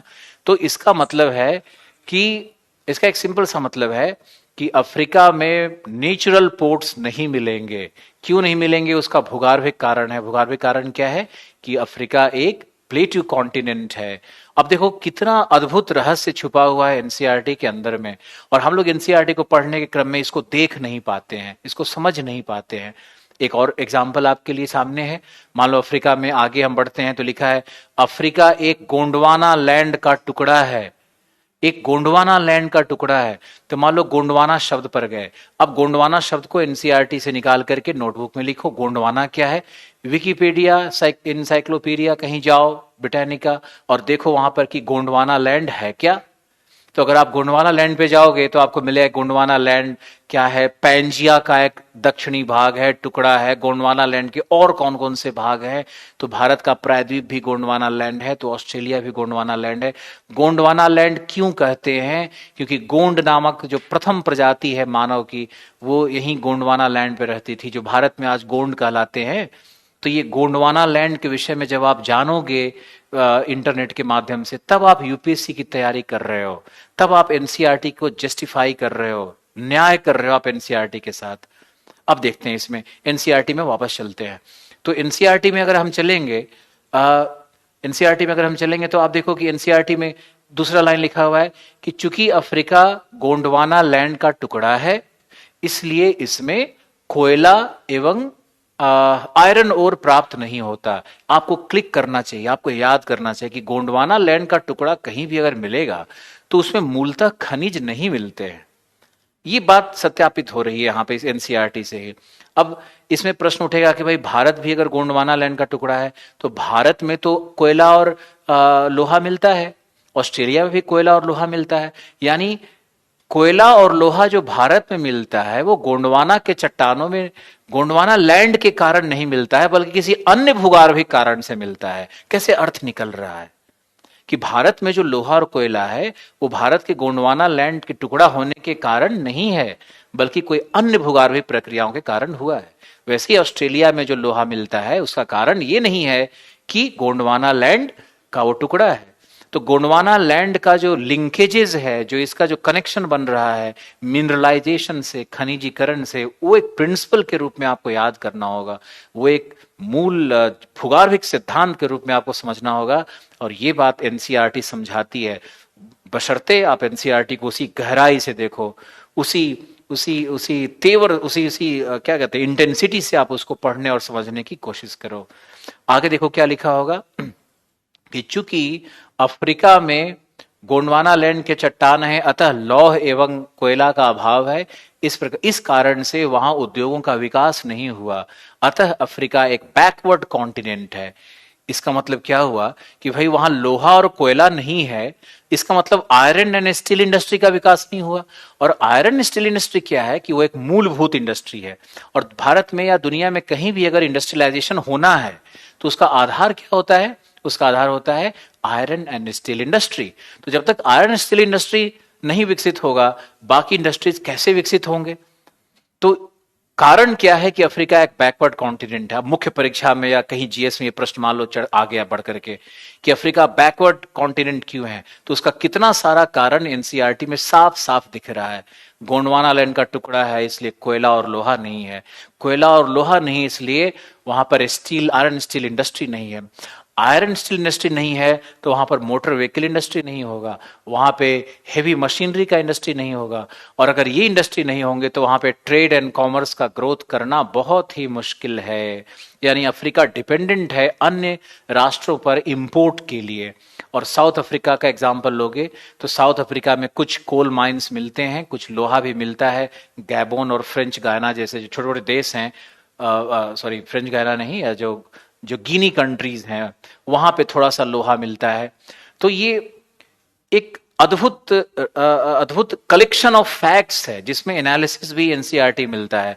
तो आप ये समझो कि एनसीईआरटी को अगर हमारे विधि से आप देखोगे, हमारे विधि से पढ़ना शुरू करोगे तो आप एनसीईआरटी से ही यूपीएससी की 30% तैयारी कर सकते हो। मुझे तो कई बार लगता है कि 50% तैयारी एनसीईआरटी से ही हो जाती है। अब एनसीईआरटी में आपको क्या पढ़ना है भाई, तो ज्योग्राफी का भी पढ़ना है, हिस्ट्री का भी पढ़ना है, सोसाइटी का भी पढ़ना है, सोशियोलॉजी का भी पढ़ना है, पॉलिटिकल साइंस का भी पढ़ना है, इंडियन इकोनॉमी का भी पढ़ना है। हमारे टीचर जो आएंगे वो आपको बताएंगे कि एनसीईआरटी हिस्ट्री का कैसे पढ़ना है, तो सोशियोलॉजी का एनसीईआरटी कैसे पढ़ना है, वो सब बात करेंगे उसके ऊपर में। हमारे ग्रुप मीटिंग्स में सब बातें चल रही है कि कैसे बच्चों को एक रूप टाइप से, एक रूपता के साथ कैसे ट्रेनिंग उनकी दी जाए। तो हम लोग लगे हैं आपके पीछे, और बुक भी बताएंगे आपको, लेकिन पहले ही दिन इतनी सारी चीजें नहीं हो सकती है कि आपको बुक्स भी बता दिए जाए और एनसीईआरटी बता दिया जाए। अब आप आते हैं, अब हम लोग आते हैं ज्योग्राफी के ऊपर में, और ज्योग्राफी में आपको ये समझना है कि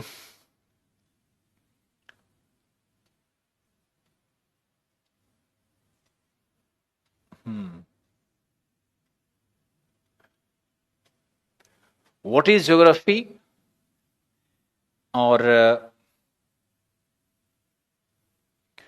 रोल ऑफ ज्योग्राफी। ज्योग्राफी क्या है और ज्योग्राफी का रोल क्या है। कितना टाइम है अभी?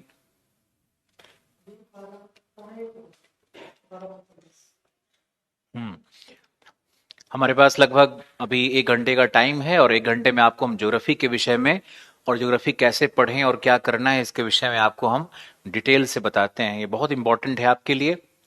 आज पहला दिन है तो 1 घंटा ओरिएंटेशन पे बहुत जरूरी था। बहुत सारे क्वेश्चंस थे, बहुत सारे बच्चे बहुत प्रश्न पूछे जा रहे हैं, इंटरव्यू की तैयारी कैसे करें। अभी आप पीटी और एनसीईआरटी पढ़े नहीं, इंटरव्यू की तैयारी में पूछते हो। न्यू एनसीईआरटी या ओल्ड एनसीईआरटी, न्यू एनसीईआरटी को ही पढ़िए, ओल्ड एनसीईआरटी में भी बहुत अच्छी बातें हैं, लेकिन उसका एक कॉम्बिनेशन बनाएंगे। अब चलते हैं हम लोग एनसीईआरटी ज्योग्राफी की तैयारी कैसे करें और ज्योग्राफी जीएस की तैयारी कैसे करें, और कल से जो हमारा क्लास होगा उस क्लास में हम लोग कैसे शुरू करें और कहाँ से शुरू करेंगे और कैसे पढ़ेंगे और कितना पढ़ेंगे, ये सब कुछ हम लोगों को देखना है। व्हाट इज ज्योग्राफी, भूगोल है क्या।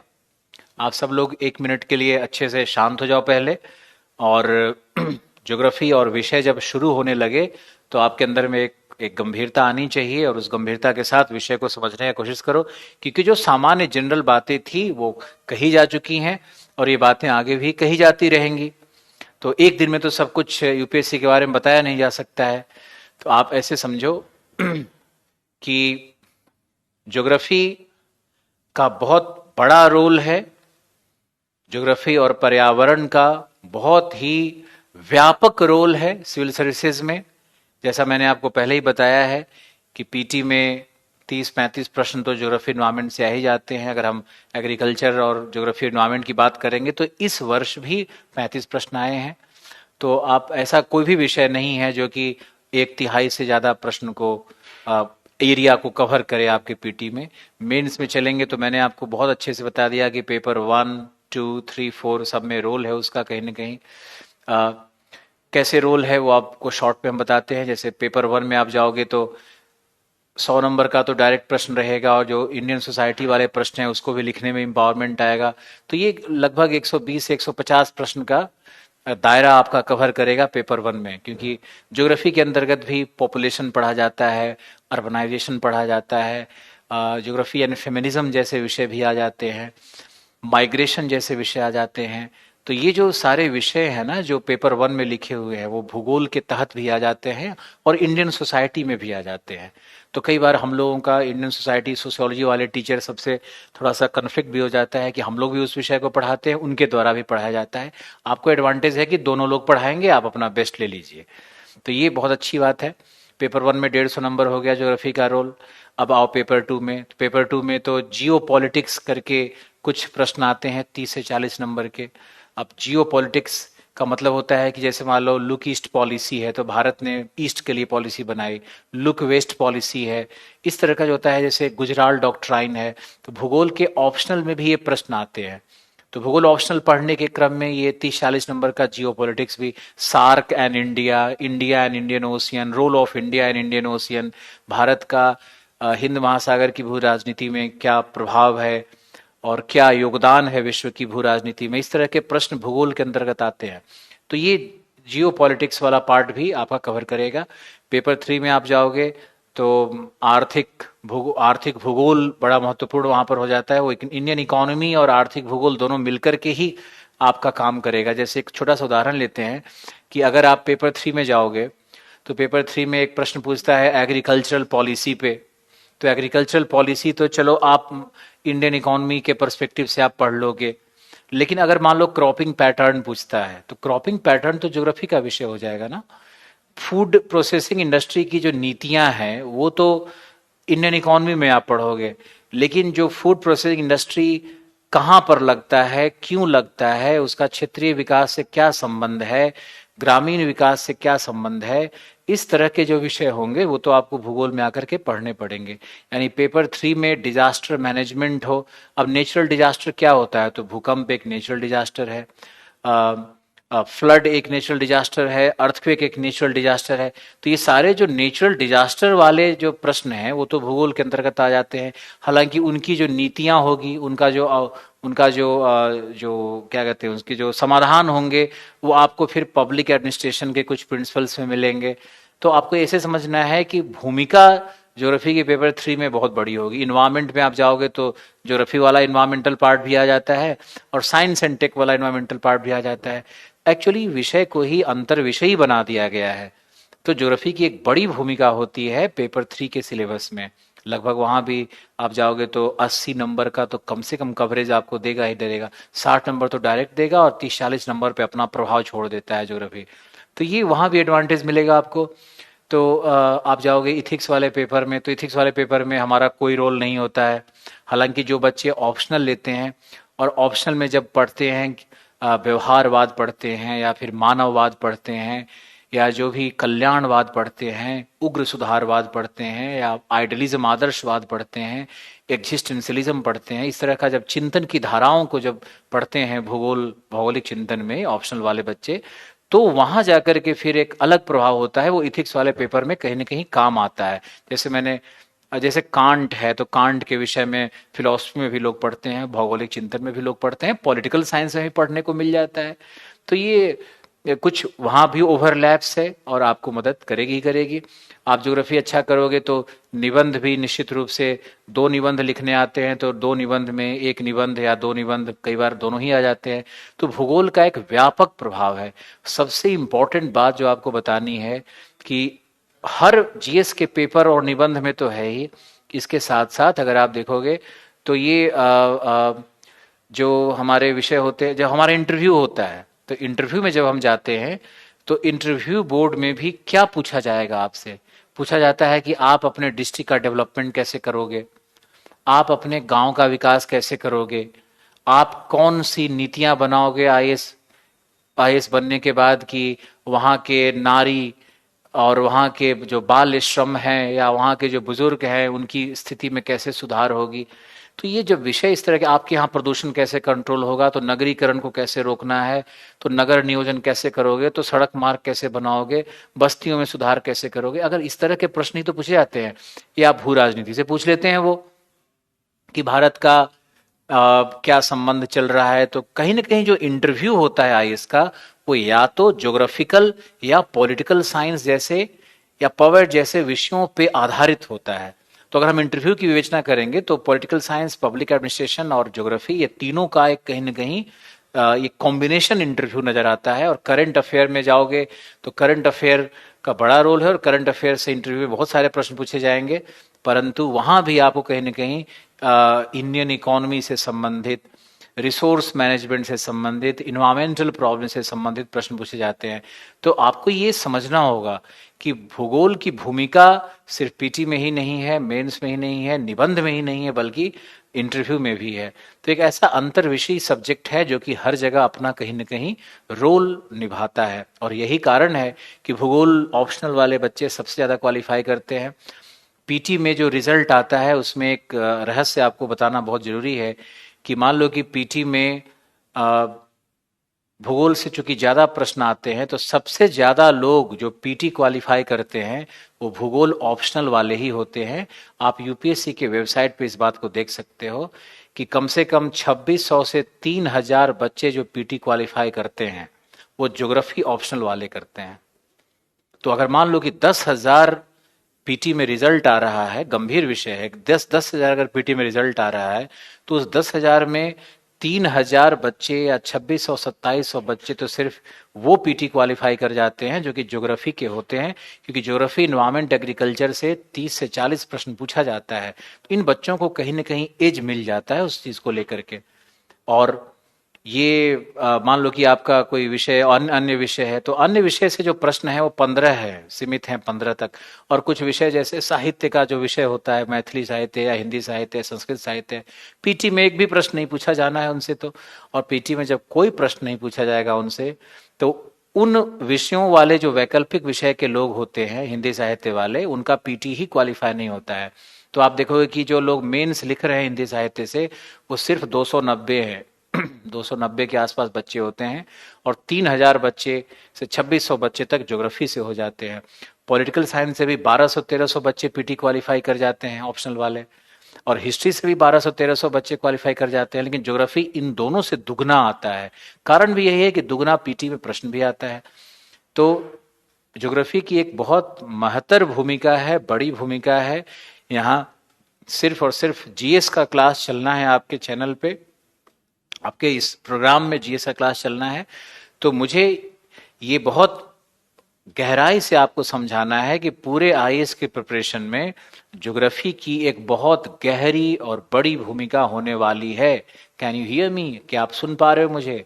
कि ज्योग्राफी पर्यावरण, एग्रीकल्चर, रिसोर्स इस तरह के विषयों का बहुत ही गहरा, क्लाइमेट चेंज, ग्लोबलाइजेशन, इस तरह के विषयों का बहुत ही गहरा प्रभाव पूरे सिविल सर्विसेज पे पड़ता है और पड़ने वाला है। तो आपके प्रिपरेशन के मेंटर और गाइड तो हम हैं ही। आपके पूरे यूपीएससी के सिलेबस या पीसीएस के सिलेबस में आप जाओगे तो वहाँ जो मूल विषय उभर करके, जो सबसे पावरफुल विषय उभर करके जो सामने आएगा, वो ज्योग्राफी, इन्वायरमेंट, इकोनॉमी, ये सभी विषय निकल करके सामने आने लगते हैं। करंट अफेयर, इनका बड़ा रोल देखा जाता है। पॉलिटिकल साइंस और पवेड और इसका भी बड़ा मेजर रोल है, लेकिन वो कहीं ना कहीं इसके सेकंड रेट पे आएगा और थर्ड, इस तरह से ही कुछ भय ताना बाना बना हुआ। तो आई होप कि आप, मुझे आशा है कि आप इन चीज़ों को समझ रहे हैं। और ज्योग्राफी को थोड़ा सा शुरू करते हैं आज, और ज्योग्राफी के विषय में आपको हम समझाते हैं कि है क्या ये। एक बार और अपना कंसंट्रेशन बनाओ, क्योंकि मोबाइल पे कंसंट्रेशन बनाना बहुत डिफिकल्ट होता है। और जब तक आप कंसंट्रेशन बेहतर नहीं बनाओगे, आप हमारे से जुड़ नहीं पाओगे। मेरे लिए भी एकदम से नया अनुभव है। हम लोग कभी ये ऑफलाइन क्लास पढ़ाने वाले टीचर हैं, कभी भी हम लोग ऑनलाइन नहीं पढ़ाए हैं, लेकिन आपके जो मैसेज आ रहे हैं और जो इतना सारा नाम आ रहा है, तो ये लग रहा है जैसे हम आपसे कहीं ना कहीं कनेक्टेड हैं। कोई बिस्वा जी वेस्ट बंगाल से हैं, तो संतोष है, विशाल है, विनय है, रोशन है। आपको देख नहीं पा रहे हैं हम, लेकिन बहुत मन कर रहा है कि देखें। आप सामने बैठे होते क्लास में तो मजा ही आ जाता। लेकिन कोई बात नहीं है। आपके नाम जतिन, बबलू, नवनीत, जितेंद्र, अंकित, भावेश, राजीव, एमडी, विशाल, सिद्धिकार, राहुल राज, अब बहुत तेजी से आप लिख रहे हो कि अभिषेक, मोहम्मद सिर्फ लिख के छोड़ दियो, आगे नाम ही नहीं लिखा। दुर्गा, प्रदीप, शुभम, राज, स्वाति, सब सब सब सब सब पब्लिक सर्वेंट्स जो इतनी हिम्मत से, इतनी ताकत से, इतना अच्छा सोच करके आगे बढ़ने की जिस कल्पना के साथ आप सामने आए हो। और आप लोगों का जो ये जो आ रहा है ना एसएमएस, ये मेरे ऊपर बहुत दबाव उत्पन्न कर रहा है और हम बहुत प्रेशराइज्ड फील कर रहे हैं, इंजॉय भी कर रहे हैं और बहुत प्रेशर भी फील कर रहे हैं कि भाई हम लोगों को बहुत परफॉर्म करना होगा। और इतनी सारी आशाएं, जो आशाओं की लहर उठ रही है ये चारों तरफ एसएमएस के माध्यम से। ये बच्चे जो इतने आशा से मुझे देख रहे हैं, मेरे आंखों में आंसू ला देते हो तुम लोग जब कई बार मुझे लगता है कि इतना स्नेह और प्यार, इतना विश्वास। तो आपके इस विश्वास को लेकर के हम लोग कोशिश करेंगे कि हम लोग बहुत अच्छा परफॉर्म करें। और आप लोग भी कोशिश करो कि हमारे द्वारा जो दिए गए निर्देश हैं उसका अगर आप पालन नहीं करोगे, तो अगर आप, फैजान था ये, अच्छा, तो अगर आप इसका पालन नहीं करोगे तो आपको सिर्फ कथा सुनने से कोई फायदा नहीं होगा। जो भी निर्देश दिए जा रहे हैं उस निर्देश का पालन करना है। जैसे मैंने आपको निर्देश दिया कि आपको बहुत शांति से रहना है, आपको प्रतिदिन 8 से 10 घंटा पढ़ना है, आपको अपने सामाजिक और अपने जो पारिवारिक चीजों हैं उनसे अलग रहना है, तभी आपको तथ्य ना पढ़ करके विश्लेषण करना है, आपको अखबार नियमित पढ़ना है। कल भी थोड़ी सी बात करेंगे हम बीच में भूगोल के साथ साथ। हम आपको ओरिएंटेशन भी प्रतिदिन कुछ न कुछ 5-10 मिनट का ओरिएंटेशन आपको हम देते रहेंगे, ताकि आप मोटिवेटेड रहो, आप ऊर्जा से भरे रहो, आप अंदर की उस ताकत को फील करो जो प्रकृति ने आपको दिया है। आप इसका अनुभव करो कि प्रकृति ने आपको कितना सुंदर और कितना अच्छा बनाया है, और कैसे आप अपने जीवन को खराब नहीं करना है छोटी छोटी चीजों में फंस करके, जो चीजें दुख देती है उसमें जा करके।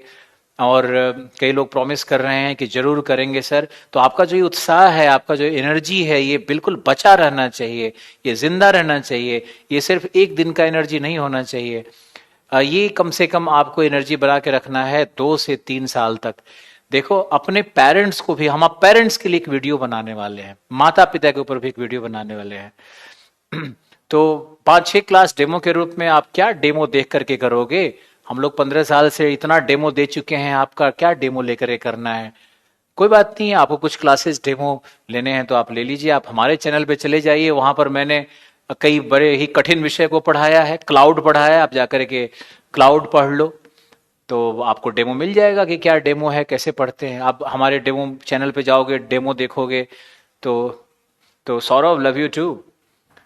इंग्लिश बैच 20th से शुरू होगा, तो हम ये आपको बताना चाह रहे थे कि अगर आप डेमो देखना चाहते हो तो हमारे चैनल पे चले जाओ, और वहां पे बादल को मैंने पढ़ाया है, क्लाउड्स को पढ़ाया है। तो देखो, क्लाउड्स को साइंटिफिकली पढ़ाना पड़ा, फिर उसका वर्गीकरण भी करना पड़ा, और वर्गीकरण करने के बाद उसकी जो आंतरिक विशेषताएं हैं उसको पढ़ाना पड़ा, फिर उस आंतरिक विशेषताओं के कारणों को भी पढ़ाना पड़ा, और उस कारण को पढ़ाने के बाद हमने फिर जो नए प्रकार के बादल, जो करंट अफेयर्स को कहते हैं, उसको भी हमने उस टॉपिक में जोड़ा।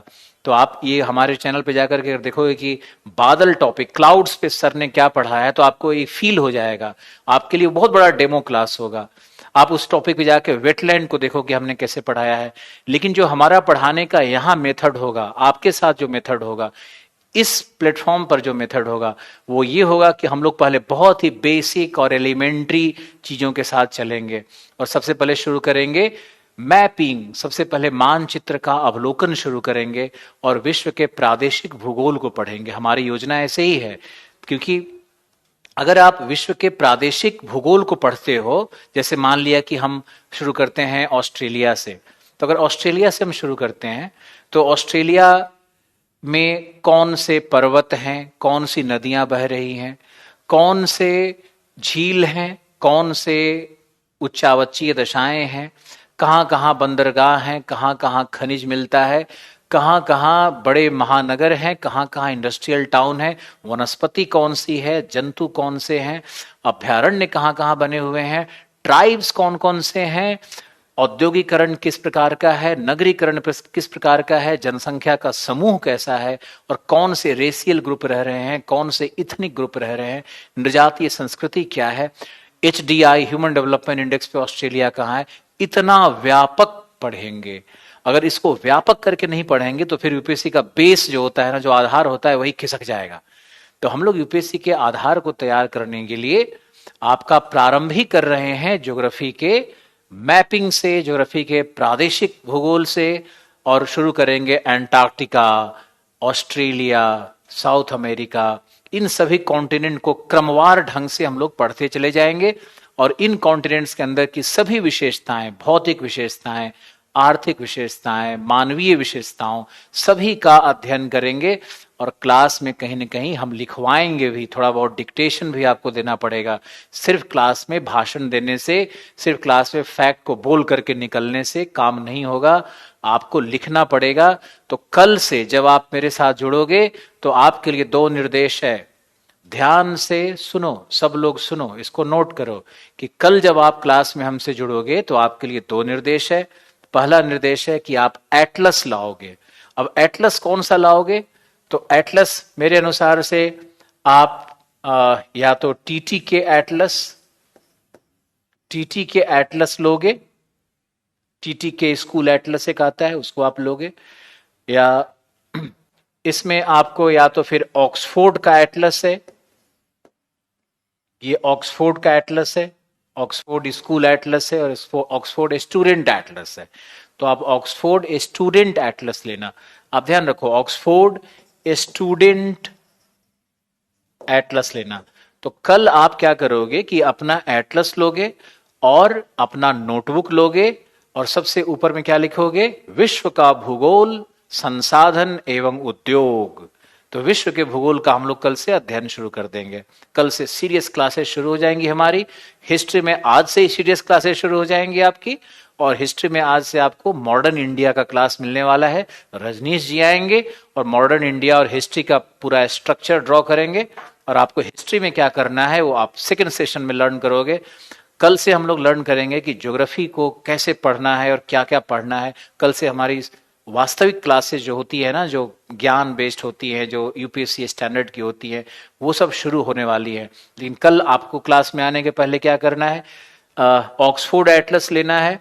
अब जैसे एक लड़का लिख रहा है कि चांद का एटलस है, चांद का एटलस नहीं। जब हमने कहा कि ऑक्सफोर्ड एटलस, तो 100 रुपया और खर्च दो, चांद का एटलस काम नहीं करेगा। हमने कहा कि टीटी के, तो आप टीटी के लोगे। जब निर्देश जो दिया जा रहा है उसका अक्षरशः पालन करिए। हमारे पास सभी एटलस है, सभी एटलस पर हमने गहन रिसर्च किया हुआ है, और हमने देखा है कि जो भी प्रश्न पूछे जाते हैं वो चांद एटलस से नहीं पूछे जाते हैं। कुछ कुछ सारे लोकेशंस, मान लो 90% लोकेशंस तो सब में एक ही मिलेगा ना, एटलस है तो उसमें तो मिलेगा ही, लेकिन जो 10% लोकेशन एक्स्ट्रा होता है अच्छे एटलस में, वही तो मानक है, वही मानक है, वही अंतर उत्पन्न हो जाएगा। तो ये लिंक का पेमेंट कब तक रहेगा ये तो मुझे मालूम नहीं है। इंग्लिश मीडियम बैच 20 नवंबर से शुरू होगा। लिंक का पेमेंट शायद कुछ कुछ दिन रहेगा, और पता नहीं, मुझे आइडिया नहीं है। तो ये आप देखो कि मैंने आपको एटलस के लिए कहा, कल से आप एटलस लाओगे, दूसरा अपना नोटबुक लाओगे, और नोटबुक में आपका शुरू हो जाएगा ऊपर में कि आप सबसे पहले लिखोगे कि विश्व का प्रादेशिक भूगोल, और विश्व के प्रादेशिक भूगोल में हम लोग कहाँ शुरू करेंगे? सबसे पहले ऑस्ट्रेलिया से शुरू करेंगे। और आपको अपने एटलस पे भी देखना है और मुझे भी सुनना है, और हम जो आपको यहाँ दिखाएंगे बोर्ड पे वो भी आपको देखना है। वैसे हम तो बिना बोर्ड पे कुछ दिखाए पूरा का पूरा एटलस आपको खड़ा होकर के करवा सकते हैं, लेकिन देखते हैं किस पद्धति से काम। ऑफलाइन क्लास में तो खड़ा होकर के सारा एटलस सारे बच्चे खोलते हैं, हम लोग पढ़ा देते हैं, और एटलस का एक एक लोकेशन बताते रहते हैं, वो ढूंढ ढूंढ करके निकालते रहता है एक एक सीक्वेंस में। लेकिन हम कोशिश करेंगे कल आपको हम यहाँ भी बोर्ड पे भी आपको लोकेशन दिखाएं, और आप अंदर में भी आप अपने एटलस में भी आप उसको ढूंढो। तो कल से हम लोग करेंगे एटलस वर्क प्लस ज्योग्राफी। आज का अंतिम सेशन अब आपके लिए आ रहा है। आज का ये मेरा अंतिम सेशन है। 15-20 मिनट में हम आपको एक व्याख्या देने वाले हैं, जिसको ध्यान से सुनो आप। देखो, भूगोल में करोड़ों अरबों तथ्य हैं। अगर आप एक माउंटेन की बात करो तो पूरी दुनिया के नक्शे पर पता नहीं कितने हजार माउंटेन्स होंगे, और कितनी हजारों लाखों नदियां बह रही हैं, कितने दर्रे हैं, कितने इंडस्ट्रियल सेंटर्स होंगे, कितने माइनिंग सेंटर्स होंगे। क्या एक विद्यार्थी इन सभी को एक साथ रट सकता है? बिल्कुल नहीं। क्या रटने की आवश्यकता है? बिल्कुल नहीं। आईएएस में, पीसीएस में जो ज्योग्राफी के लोकेशंस पूछे जाते हैं, वो आखिर क्यों पूछे जाते हैं, उसके पीछे एक रहस्य है, और उसी रहस्य का उद्घाटन करना है। कोई भी जो प्रश्न आ रहा है अभी आपके स्क्रीन पे, मुझे थोड़ा डिस्टर्बेंस हो रहा है उससे, लेकिन कोई बात नहीं है। जो भी ऑप्शनल आएगा यूपीएससी का हमारे प्लेटफॉर्म पे, करियर विल के प्लेटफॉर्म पे, उसके लिए आपको 3 महीने रुकने हैं भाई साहब। और सलीम का फोन आ रहा है, he is a big fan of mine, thank you. Hindu अखबार के बिना बिल्कुल काम नहीं चलेगा, बिल्कुल काम नहीं चलेगा। अरे भाई, इतिहास का जो प्रश्न इस बार पूछा गया वो भी हिंदू के आर्टिकल से पूछा गया है, कैसे काम चलेगा बताओ? ऐसा हिंदू के आर्टिकल से ही कम से कम 30-40 प्रश्न आता है। तो हिंदू अपने आप में एक यूपीएससी का सोर्स है, और हम लोग कोशिश कर रहे हैं कि आपको पीडीएफ के फॉर्म में हिंदू अखबार का जो भी इस तरह का मटेरियल आर्टिकल्स आ रहा है उसमें और रिसर्च करें।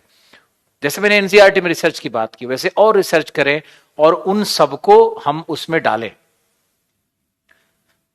लव यू टू, दुर्गा का आया है, थैंक यू। बहुत अच्छे अच्छे एसएमएस आ रहे हैं। You have been with me in offline, Navneet, okay great. UPSC और पीसीएस में बहुत अंतर है अंजू जी, बहुत अंतर है। मैंने इस वीडियो में बताया है, आप आगे जाकर के सुन सकते हो। कौन सी क्लास की एनसीईआरटी है हम अभी बताने वाले हैं आपको। अभी कैसे एनसीईआरटी पढ़ना है वो भी बताने वाले हैं आपको। नेक्स्ट बैच का अभी पता नहीं है कि कब आएगा, लेकिन हम लोग 2-3 महीने के बाद और भी बैचेस शुरू कर सकते हैं। यूपीएससी 1 साल में हो सकता है, बिल्कुल हो सकता है। कई लोगों ने ऐसा क्वालिफाई किया है। डिपेंड करता है कि आप कैसे पढ़ रहे हो, कितना पढ़ रहे हो। स्टडी मटेरियल आपको हमारे यहाँ पीडीएफ पे मिलता रहेगा, चाहे ज्योग्राफी हो चाहे इतिहास हो। हर क्लास में आपको पीडीएफ का मटेरियल लगातार मिलता रहेगा। मटेरियल की कोई कमी नहीं है, और मटेरियल आप देखोगे तो हतप्रभ रह जाओगे कि इतना डिटेल्ड मटेरियल मिलेगा कि उसमें आपको सोचना पड़ेगा कि कम से कम कैसे पढ़ें। पीसीएस कोर्स का बैच, पीसीएस का पूरा कोर्स आईएएस कवर करेगा। मेरा तो आप लोगों से निवेदन है कि ये कुछ चंद रुपयों के चक्कर में पीसीएस के कोर्स में न फंसो तो अच्छा है। पीसीएस के कोर्स में कुछ अलग टीचर भी आएंगे, हमारे जो 8 टीचर हैं ये उसमें सब नहीं आएंगे।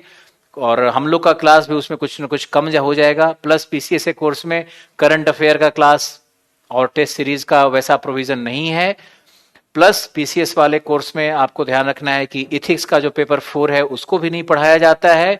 तो ऐसा मत कोई चतुराई दिखाए कि पीसीएस से कोर्स लेकर के वो आईएएस वाले में आ जाएगा, और ऐसा नहीं हो सकता है। जितने लोग पीसीएस कोर्स में आए हो वो अपडेट कर लो तो ज्यादा अच्छा है, मेरे अनुसार तो ज्यादा अच्छा है, क्योंकि ये जो फी है ये तो 1 महीने का रेंट भी नहीं होता है। इसमें भी आप लोग अब ज्यादा न सोचो। अब ऐसा एक समझो कि मान लो कि कोई व्यक्ति माउंट एवरेस्ट पे चढ़ने की तैयारी करता है, उसकी ट्रेनिंग है माउंट एवरेस्ट पे चढ़ने की, वो माउंट एवरेस्ट पे नहीं चढ़ पा रहा है, तो कम से कम वो किसी पहाड़ी पर तो चढ़ ही लेगा।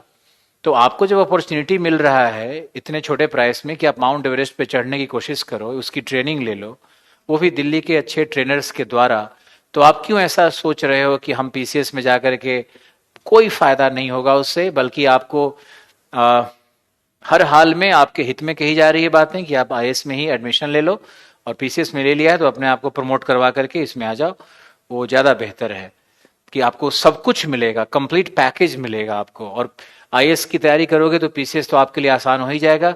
और एक बात और आपको मैं बता दूं कि यूपी पीसीएस की जो तैयारी है वो अब आईएएस की तैयारी से कम लेवल की नहीं रह गई है। और यूपी पीसीएस में जिस तरह से हरियाणा के 2 विद्यार्थियों ने रैंक 1 रैंक 2 लाया, और ये विद्यार्थी रैंक 2 तो हमसे 2012-13 में ज्योग्राफी ऑप्शनल पढ़ी हुई है, तो उस समय 2 ऑप्शनल का जो दौर था, तो वही दौर की वो स्टूडेंट हमारी, अब सोचो 2012-13 की स्टूडेंट अभी आकर के क्वालिफाई कर रही है वो, तो 6-7 वर्ष का समय लग जाता है कई बार, और तब जाकर के बड़ी सफलता मिलती है। तो आपके अंदर में संयम, धैर्य, मेहनत, ये सब चीज बहुत, वैसे मैं आपको बताऊं कि 2-3-4 साल का समय कैसे निकल जाता है, इसमें कुछ पता भी नहीं चलता है कि कैसे उम्र निकल जाती है या कैसे वो अध्ययन का काल निकल जाता है। तो अभी ये लगता है कि 3-4 साल तो बहुत लंबा पीरियड है, हमसे नहीं होगा, लेकिन एक्चुअली होगा, और आप पढ़ने के क्रम में जब लीन हो जाओगे तो ये होने लगेगा। तो आप करो। दोनों लेने की आवश्यकता नहीं है। स्टेट वाले में ये होता है कि भाई मान लो कोई हरियाणा पीसीएस का है, कोई बीपीएससी का है, तो बीपीएससी का जो रीजनल ज्योग्राफी होगा, रीजनल हिस्ट्री होगा, या बीपीएससी का या यूपी पीसीएस का जो रीजनल क्वेश्चंस होता है, उस पर कुछ विशेष क्लासेस अलग से पीसीएस वालों को दी जाती है। तो ये एक अलग है pattern. Agriculture sector this no no no no, आप एक लड़के लिखा कि एग्रीकल्चर से क्वेश्चन पूछे गए यूपीएससी में, इसलिए कंफ्यूजन है। एग्रीकल्चर से कोई क्वेश्चन नहीं पूछा गया है, वो सारे ज्योग्राफी के प्रश्न हैं। ये कोचिंग वाले जो ज्योग्राफी के हैं नहीं, जिनको ज्ञान नहीं है, ये इन लोगों ने मूर्खता कर दी है और चारों तरफ एग्रीकल्चर एग्रीकल्चर लिख रहे हैं। ज्योग्राफी में एग्रीकल्चर का पार्ट कुछ इस तरह से पढ़ाया जाएगा आपको कि आपके समझ में आ जाएगा कि ज्योग्राफी का ही ये भाग था, और थोड़ी गहराई में चले जाएंगे एग्रीकल्चर को लेकर के। अगर एग्रीकल्चर से प्रश्न पूछ रहा है, एनवायरमेंट से ज्यादा प्रश्न पूछ रहा है, तो हम उसकी गहराई में जाएंगे ना, उसके साइंस में भी घुसेंगे, उसको एक्सप्लेन करेंगे, तो ये आपको मदद मिलेगी। और TTK Oxford which is best, Oxford आप ले लो, ज्यादा अच्छा है।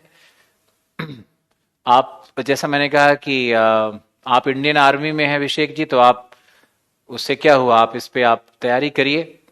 भूगोल वैकल्पिक विषय के रूप में, वैकल्पिक विषय इस प्लेटफॉर्म पे 3 महीने बाद हम लोग शुरू करने की योजना बना रहे हैं।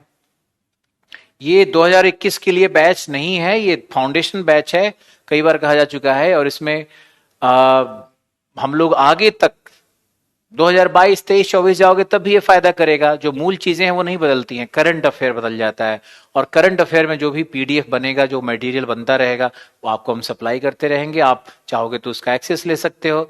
तो आप 2022 में दो या 24 में दो, आपके लिए कोर्स है ये। क्लास नोट्स तो हम लोग यहाँ से कुछ डिक्टेट भी करवा देंगे और कुछ पीडीएफ के फॉर्म में आपको मिल जाएगा, तो आप उसी से आप काम चलाइए। कुछ बहुत सारी बातें करनी है आपसे, और बहुत सारे प्रश्न आ रहे हैं जिनका जवाब देना बहुत मुश्किल हो रहा है। आज के लिए बस इतना ही। कल से हमारी भूगोल पर विशिष्ट और वो ताकतवर क्लासेस शुरू होने वाली हैं। अभी सेकेंड हाफ में आधे घंटे के बाद आप रजनीश राज सर से मिलेंगे, और रजनीश राज सर आपको हिस्ट्री में ओरिएंटेशन भी देंगे, और आज से क्लास भी शुरू कर रहे हैं। बहुत बहुत धन्यवाद, thank you for the day. इतना अच्छा रिस्पॉन्स आया, मुझे देख के बहुत मजा आ रहा है। बंद तो नहीं कर दिया? अभी नहीं किया है ना, अभी बच्चों को कुछ कुछ लिखे। तो ये फाउंडेशन बैच है, रेगुलर बैच रहेगा। आईएएस एडमिशन है तो पीसीएस का तो हो जाएगा, बिल्कुल हो जाएगा। आईएएस में लोगे तो पीसीएस में हो जाएगा। Thank you so much, thank you very much sir. गांव में एटलस नहीं मिलता तो शहर भेजो बापू को, खुद चले जाओ शहर, वहां से लेकर के आओ एटलस। एनसीईआरटी की बुक कैसे पढ़नी है, कहां से पढ़नी है, कल बताएंगे। आज रजनी सर सेकंड हाफ में बताएंगे। Thank you, love you too, बहुत बहुत धन्यवाद। Take care, bye bye. Qualification चाहिए, सिर्फ ग्रेजुएशन चाहिए, लेकिन तुम अगर 12th क्लास, जैसे टीना ढाबी का एग्जाम्पल है, टीना ढाबी ने आईएएस में रैंक 1 लाया, तो उनका एग्जाम्पल है कि क्लास 12 के बाद उन्होंने आईएएस का प्रिपरेशन शुरू कर दिया और ग्रेजुएशन करते करते आईएएस का वो लेवल प्राप्त कर लिया। पहले ही उन्होंने जीएस का क्लास कर लिया था टीना ढाबी ने, तो इसका फायदा उनको मिला। उनकी मदर एक्चुअली टीचर है, वो हमारी तरह ही प्रोफेशनल हैं, पढ़ाती हैं कहीं पे, इसलिए उनको लाभ मिला इस चीज का कि वो रैंक 1 लाए। तो रैंक 1 या हाँ रैंक 1 लाए। तो बस आज के लिए इतना ही। 30+ एज वालों के लिए बिल्कुल सही रहेगा, क्यों नहीं सही रहेगा। आपका अगर आप जनरल हो तो 32 साल तक आप दे सकते हो, अगर ओबीसी में आते हो तो आप 36 साल तक दे सकते हो, 40 साल तक आप एग्जाम दे सकते हो। तो आप क्यों नहीं देते हो, आपको देना चाहिए। अगर आप हाउस वाइफ हो तब भी आपको पढ़ना चाहिए, अपने लिए तो एक मुकाम बनाना पड़ता है इंसान को जीवन में। थैंक यू डियर, आज के लिए बस इतना ही। मिलते हैं, आपके प्रश्नों की झड़ी लग रही है, मैं थक गया हूं। अब लंच किया जाएगा अच्छा सा बैठ करके, फिर रेस्ट किया जाएगा, फिर मेरा ज्योग्राफी ऑप्शनल इंग्लिश मीडियम का क्लास है। Thank you so much, thank you for the day.